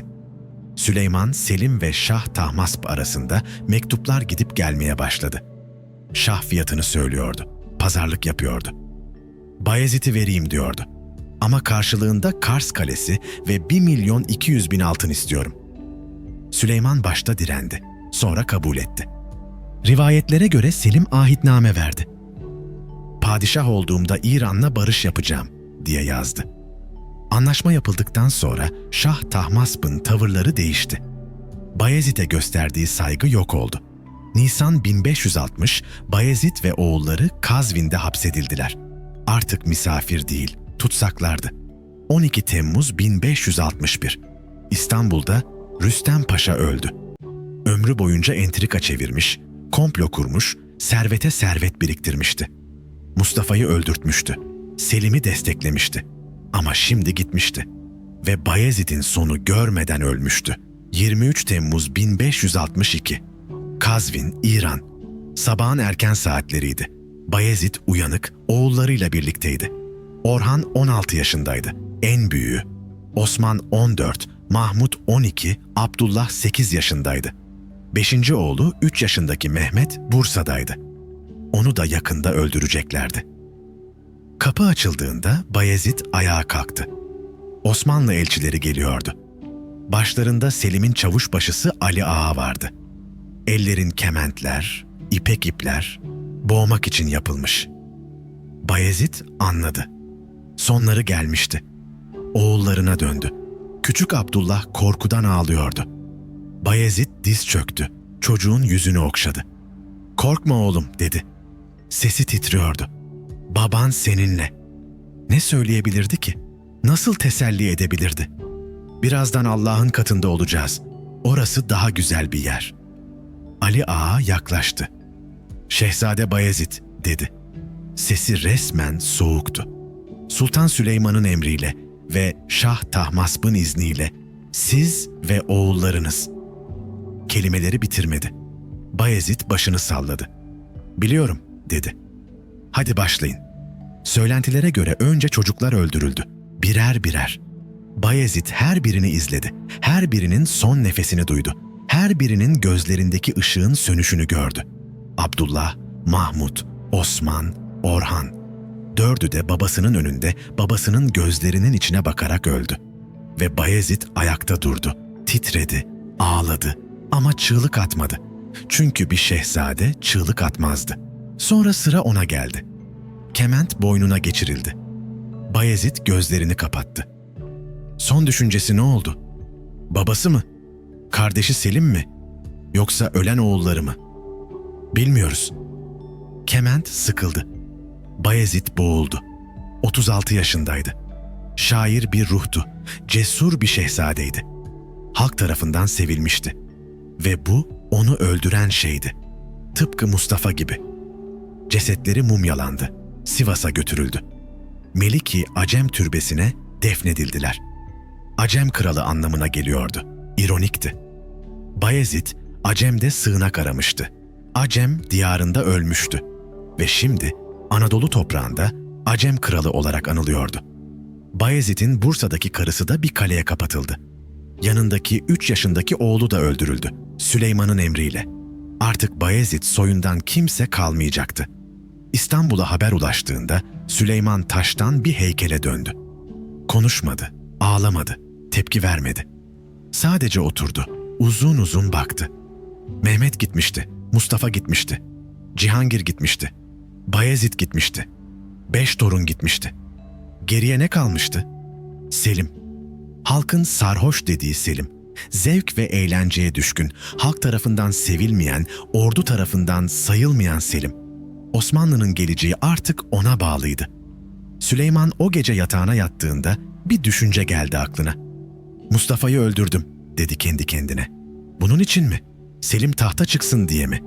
İmparatorluğun bir zevk sefa düşkününe mi kalacak?" Ama iş işten geçmişti. Taht oyunu bitmişti. Kazanan Selim'di. Kaybedenler ise Mustafa, Cihangir, Bayezid ve 5 masumdu. Ve bir baba. Vicdanıyla boğuşan, her gece kabus gören, sabahları aynaya bakamayan bir baba. Süleyman 69 yaşındaydı artık. Yaşlıydı, yorgundu, bitikti. Ama hala padişahtı. Ve bir sefer daha kalmıştı. Son seferi. Ziget var. Taht Selim'e kalacaktı. Ama bu nasıl bir tahttı? Kardeşlerinin kanıyla sulanmış bir taht. Liyakat yerine sadakatin, yetenek yerine itaatin geçtiği bir sistem. Kanuni Osmanlı'yı zirvesine çıkarmıştı. Ama tahtı en zayıf oğluna bırakıyordu. Ve bu duraklamanın başlangıcının son taşıydı. Çünkü bundan sonra Osmanlı hiçbir zaman eskisi gibi olmayacaktı. Ama Süleyman ölmeden önce bir kez daha savaşa gidecekti. Çünkü bir Osmanlı padişahı öyle ölürdü. Savaş alanında ya da en azından savaşa giderken. 1566 yılının Mayıs ayı. İstanbul'da Topkapı Sarayı'nda 71 yaşındaki adam son hazırlıklarını yapıyordu. Kanuni Sultan Süleyman son seferine çıkacaktı. Yaşlıydı, hastaydı. Gut hastalığı ellerini, ayaklarını şişirmişti. Yürümekte zorlanıyordu. hekimleri uyarıyordu. "Efendimiz, bu sefer sizi öldürür," diyorlardı. "Gitmeyin, İstanbul'da dinlenin." Ama Süleyman dinlemiyordu. Çünkü bir sebep vardı gitmesini gerektiren. Avusturya Arşidükü Maximilian vergi ödememişti. Antlaşmayı bozmuştu. Erdel'e saldırmıştı. Ama asıl sebep başkaydı. Süleyman biliyordu ki bu son seferi olacaktı. Ve Süleyman sarayında ölmek istemezdi. Ordusunun arasında, savaş alanında ölmeliydi. Top sesleri, mehter marşları, askerlerin nara sesleri arasında. İşte öyle bir ölüm yakışırdı bir Osmanlı padişahına. 1 Mayıs 1566. Süleyman Eyüp Sultan'ın türbesini ziyaret etti. Dua etti, sonra atına bindi. Arkasında 100.000 kişilik bir ordu vardı. Görkemli bir orduydu. Avrupa'nın en güçlü ordusu. Toplar, tüfekler, yeniçeriler, sipahiler, akıncılar. Osmanlı'nın tüm gücü oradaydı. Ama ordunun başındaki adam artık o eski genç, güçlü Süleyman değildi. Yaşlı, hasta, bitkin bir adamdı. Arabada yol alıyordu çoğu zaman. Attan inemiyordu. Askerleri endişeyle bakıyordu ona. "Padişahımız çok hasta," diyorlardı. "Bu seferi bitirebilecek mi?" Yolculuk ağır geçti. Belgrad'a vardıklarında Haziran ayıydı. Oradan Macaristan topraklarına geçtiler. Süleyman'ın durumu her geçen gün kötüleşiyordu. Öksürüyor, nefes almakta zorlanıyor, elleri ayakları şişiyordu. Ama pes etmiyordu. "İlerleyin," diyordu. "Zigetvar'a varacağız." Zigetvar. Küçük bir kaleydi ama stratejik bir konumdaydı. Macaristan'ın güneyinde, Osmanlı topraklarının kenarında bir diken gibi batıyordu. Kale komutanı Miklos Zrinyi, Hırvat bir asilzadeydi. 2300 askeri vardı. Osmanlı'nın 100.000 kişilik ordusuna karşı. Ama kalesi sağlamdı. Surları kalındı. Nehirlerle çevriliydi. 5 Ağustos 1566. Osmanlı ordusu Zigetvar'ın önüne vardı. Süleyman çadırını hakim bir tepeye kurdurdu. Oradan kaleyi görebiliyordu. Ama artık atına binemiyordu, yürüyemiyordu. Çadırında yatıyordu. Sadece raporları dinliyordu. Sokollu Mehmet Paşa geliyordu, anlatıyordu. "Efendimiz, toplar ateş ediyor. Surlar sağlam ama çatlamaya başladı. Birkaç güne kale düşer." Ama günler geçti, haftalar geçti. Kale düşmüyordu. Zrinyi kahramanca savaşıyordu. Her hücumu püskürtüyordu. Osmanlı askerleri ölüyordu. Binlerce şehit verildi. Ağustos ayı bitti. Eylül geldi. Süleyman'ın durumu artık çok kötüydü. Nefes alamıyordu, konuşamıyordu. Gözleri kapanıyordu. 7 Eylül 1566. Gece vakti. Süleyman'ın çadırında mum ışıkları yanıyordu. Sokullu Mehmet Paşa yanındaydı. Hekimler, ağalar, birkaç yakın muhafız. Süleyman yatağında yatıyordu. Nefesi ağırlaşmıştı. Gözlerini açtı. Sokollu'ya baktı. Konuşmak istedi ama kelimeler çıkmadı. Sadece bir hareket yaptı eliyle. Sanki bir şey gösteriyordu. Sokullu eğildi, kulak verdi. Süleyman'ın dudakları kımıldadı. Çok zayıf bir ses geldi. "Devleti, koru." Sonra başı geriye düştü. Nefesi kesildi. Kanuni Sultan Süleyman 71 yaşında, 46 yıllık saltanatın sonunda bir savaş alanında son nefesini vermişti. Tam bir Osmanlı padişahı gibi. Ordusunun arasında, düşman kalesinin önünde. Sokollu Mehmet Paşa dondu. Baktı padişaha, sonra etrafındakilere. Herkes sessizdi, şok olmuştu. Vezir hemen kendine geldi. Emir vermeye başladı. "Kimse dışarı çıkmasın, kimse konuşmasın. Bu sır burada kalacak. Padişahımız ölmedi, hastalandı sadece. Anladınız mı?" Anlamışlardı. Çünkü biliyorlardı ki eğer padişahın ölümü duyulursa ordu dağılır, düşman cesaretlenir, fetih boşa gider. Süleyman'ın cesedi hemen hazırlandı. İç organları çıkarıldı. Tahtın altına gömüldü orada, Zigetvar toprağına. Cesedi kokulu sularla yıkandı. Misk ve amber sürüldü. Tabuta konuldu. Tahtın altına gizlendi. Hekimler, ağalar, muhafızlar ilk cenaze namazını kıldılar orada. Gizlice ve sessizce. Ertesi gün 8 Eylül Zigetvar'a son hücum başladı.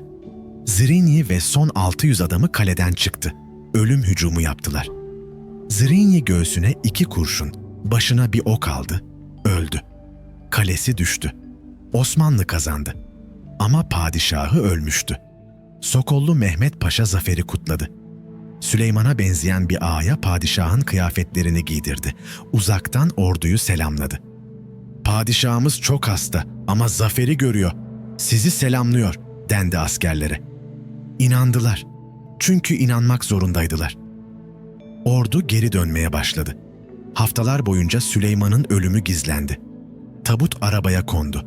Yol boyunca padişah yaşıyormuş gibi davranıldı.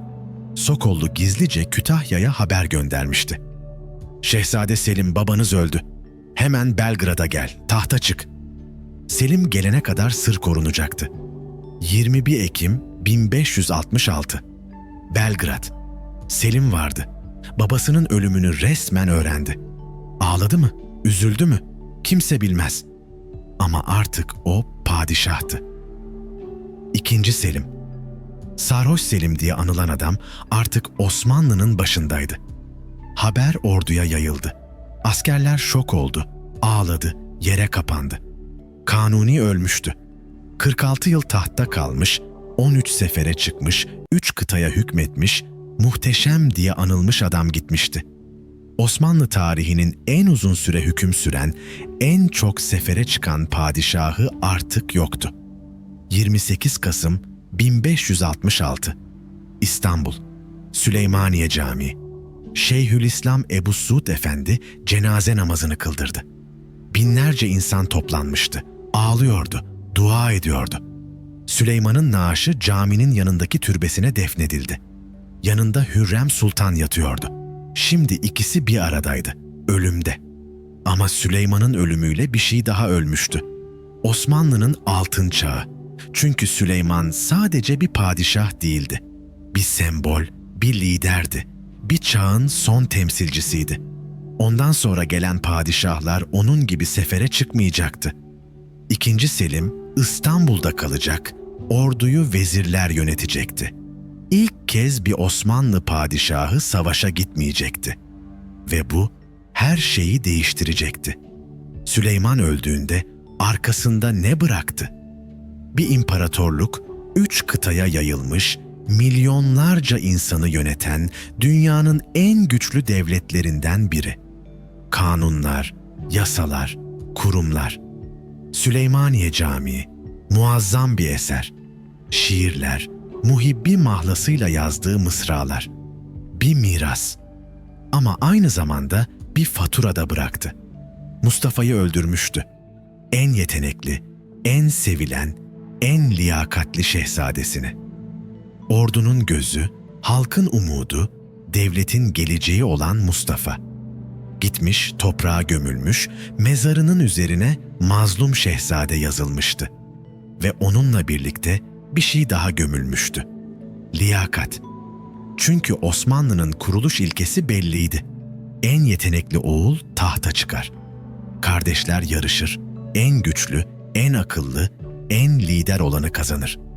Yavuz Selim böyle tahta çıkmıştı, kardeşlerini yenip. Fatih kardeşini öldürmüştü ama kendisi liyakatliydi. İstanbul'u fethetmişti. Liyakat sistemi vardı. En iyisi kazanırdı. Ama Süleyman bu sistemi kırdı. Mustafa'yı öldürdü, Bayezid'i öldürdü. Geriye Selim kaldı.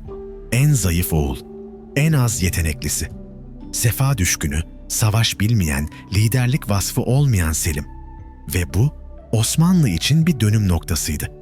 Çünkü bundan sonra liyakat değil, hayatta kalma önemli olacaktı. En iyi değil, en şanslı tahta çıkacaktı. Ve bu devleti içten içe kemirmeye başlayacaktı. İkinci mesele Yeniçerilerdi. Mustafa'nın idamı Yeniçerileri kırmıştı. Tahtsız padişah öldürülmüştü. Halkın sevdiği, ordunun beklediği şehzade boğulmuştu. Yeniçerilerin padişaha olan güveni sarsılmıştı. Bugün Mustafa'yı öldürdü, yarın bizi öldürür diyorlardı. Sadakat zedelenmişti. Ve bundan sonra Yeniçeri isyanları artacaktı. Disiplin gevşeyecek, merkezi otorite çökecek, İstanbul sokaklarında kan dökülecekti. Hepsi Mustafa'nın ölümüyle başlayacaktı. Üçüncü mesele saray entrikasıydı. Rüstem Paşa döneminde öğrenilmişti. Sarayda entrika işe yarıyor. Hürrem Rüstem Mihrimah üçgeni Mustafa'yı bitirmişti. Liyakat değil manipülasyon önemliydi. Ve bu sistem devam edecekti. Valide sultanlar güçlenecek, kadınlar saltanatı başlayacak. Sadrazamlar değil saray dedikoduları karar verecekti. Padişahın kendisi bile bazen kuklaya dönüşecekti. Hepsi Süleyman'ın zamanında filizlenmişti. Dördüncü mesele şehzade eğitimiydi. Mustafa sancağa çıkmış, vali olmuş, halkı yönetmiş, asker sevmiş, tecrübe kazanmıştı. Bayezid de öyle. Ve bundan sonra şehzadeler daha az sancağa çıkacak, daha az tecrübe kazanacak ve daha sonra kafeste yetişeceklerdi. Devlet bilmeyen, savaş bilmeyen, halk bilmeyen padişahlar gelecekti. Liyakat tamamen kaybolacaktı. Süleyman tüm bunların farkında mıydı? Son nefesinde ne düşündü? Mustafa'yı mı hatırladı? Cihangir'i mi? Bayezid'i mi? Değdi mi? diye sordu mu kendine? Devleti korumak için oğullarımı öldürdüm. Ama şimdi devlet Selim'e kalıyor. Bu mu korumak? Cevabı asla öğrenemeyiz. Ama tarih bize gösterdi. Süleyman'ın kararları Osmanlı'nın geleceğini belirledi. Mustafa'nın ölümüyle duraklamaya giriş başladı. 100 yıl sonra gerileme gelecekti. 200 yıl sonra çöküş. Ve her kitapta, her analizde aynı cümle yazılacaktı. Mustafa yaşasaydı Osmanlı tarihi farklı olurdu. Çünkü Mustafa sadece bir şehzade değildi. Osmanlı'nın kaybettiği gelecekti. Zigetvar'da bir zafer kazanıldı o gün. Kale alındı, düşman yenildi, Osmanlı bayrağı dikildi. Ama aynı zamanda bir şey kaybedildi. Osmanlı'nın son büyük padişahı öldü ve onunla birlikte bir çağ kapandı. Tarih acımasızdır ve bu hikaye gösteriyor ki bir imparatorluğu dış düşmanlar değil, içerideki korkular, şüpheler ve yanlış kararlar bitirir. Süleyman Viyana'yı alamadı ama bir imparatorluk kurdu. Belgrad'ı aldı, Rodos'u fethetti, Mohaç'ta Macarları ezdi. Muhteşemdi, kanuniydi, dünyanın en güçlü adamıydı. Ve şimdi Zigetvar toprağında yatıyordu iç organları. İstanbul'da Süleymaniye'de yatıyordu cesedi. Ama ruhu neredeydi?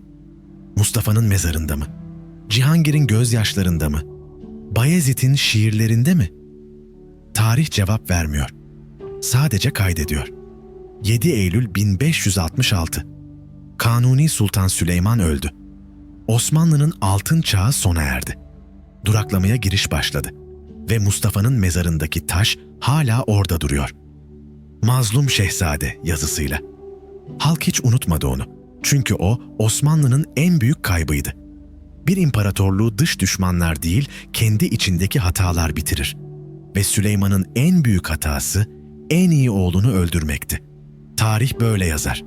Acımasızca, kesin hatlarla ve ders çıkarmayanlar tekrar eder. Osmanlı bu dersi çıkaramadı.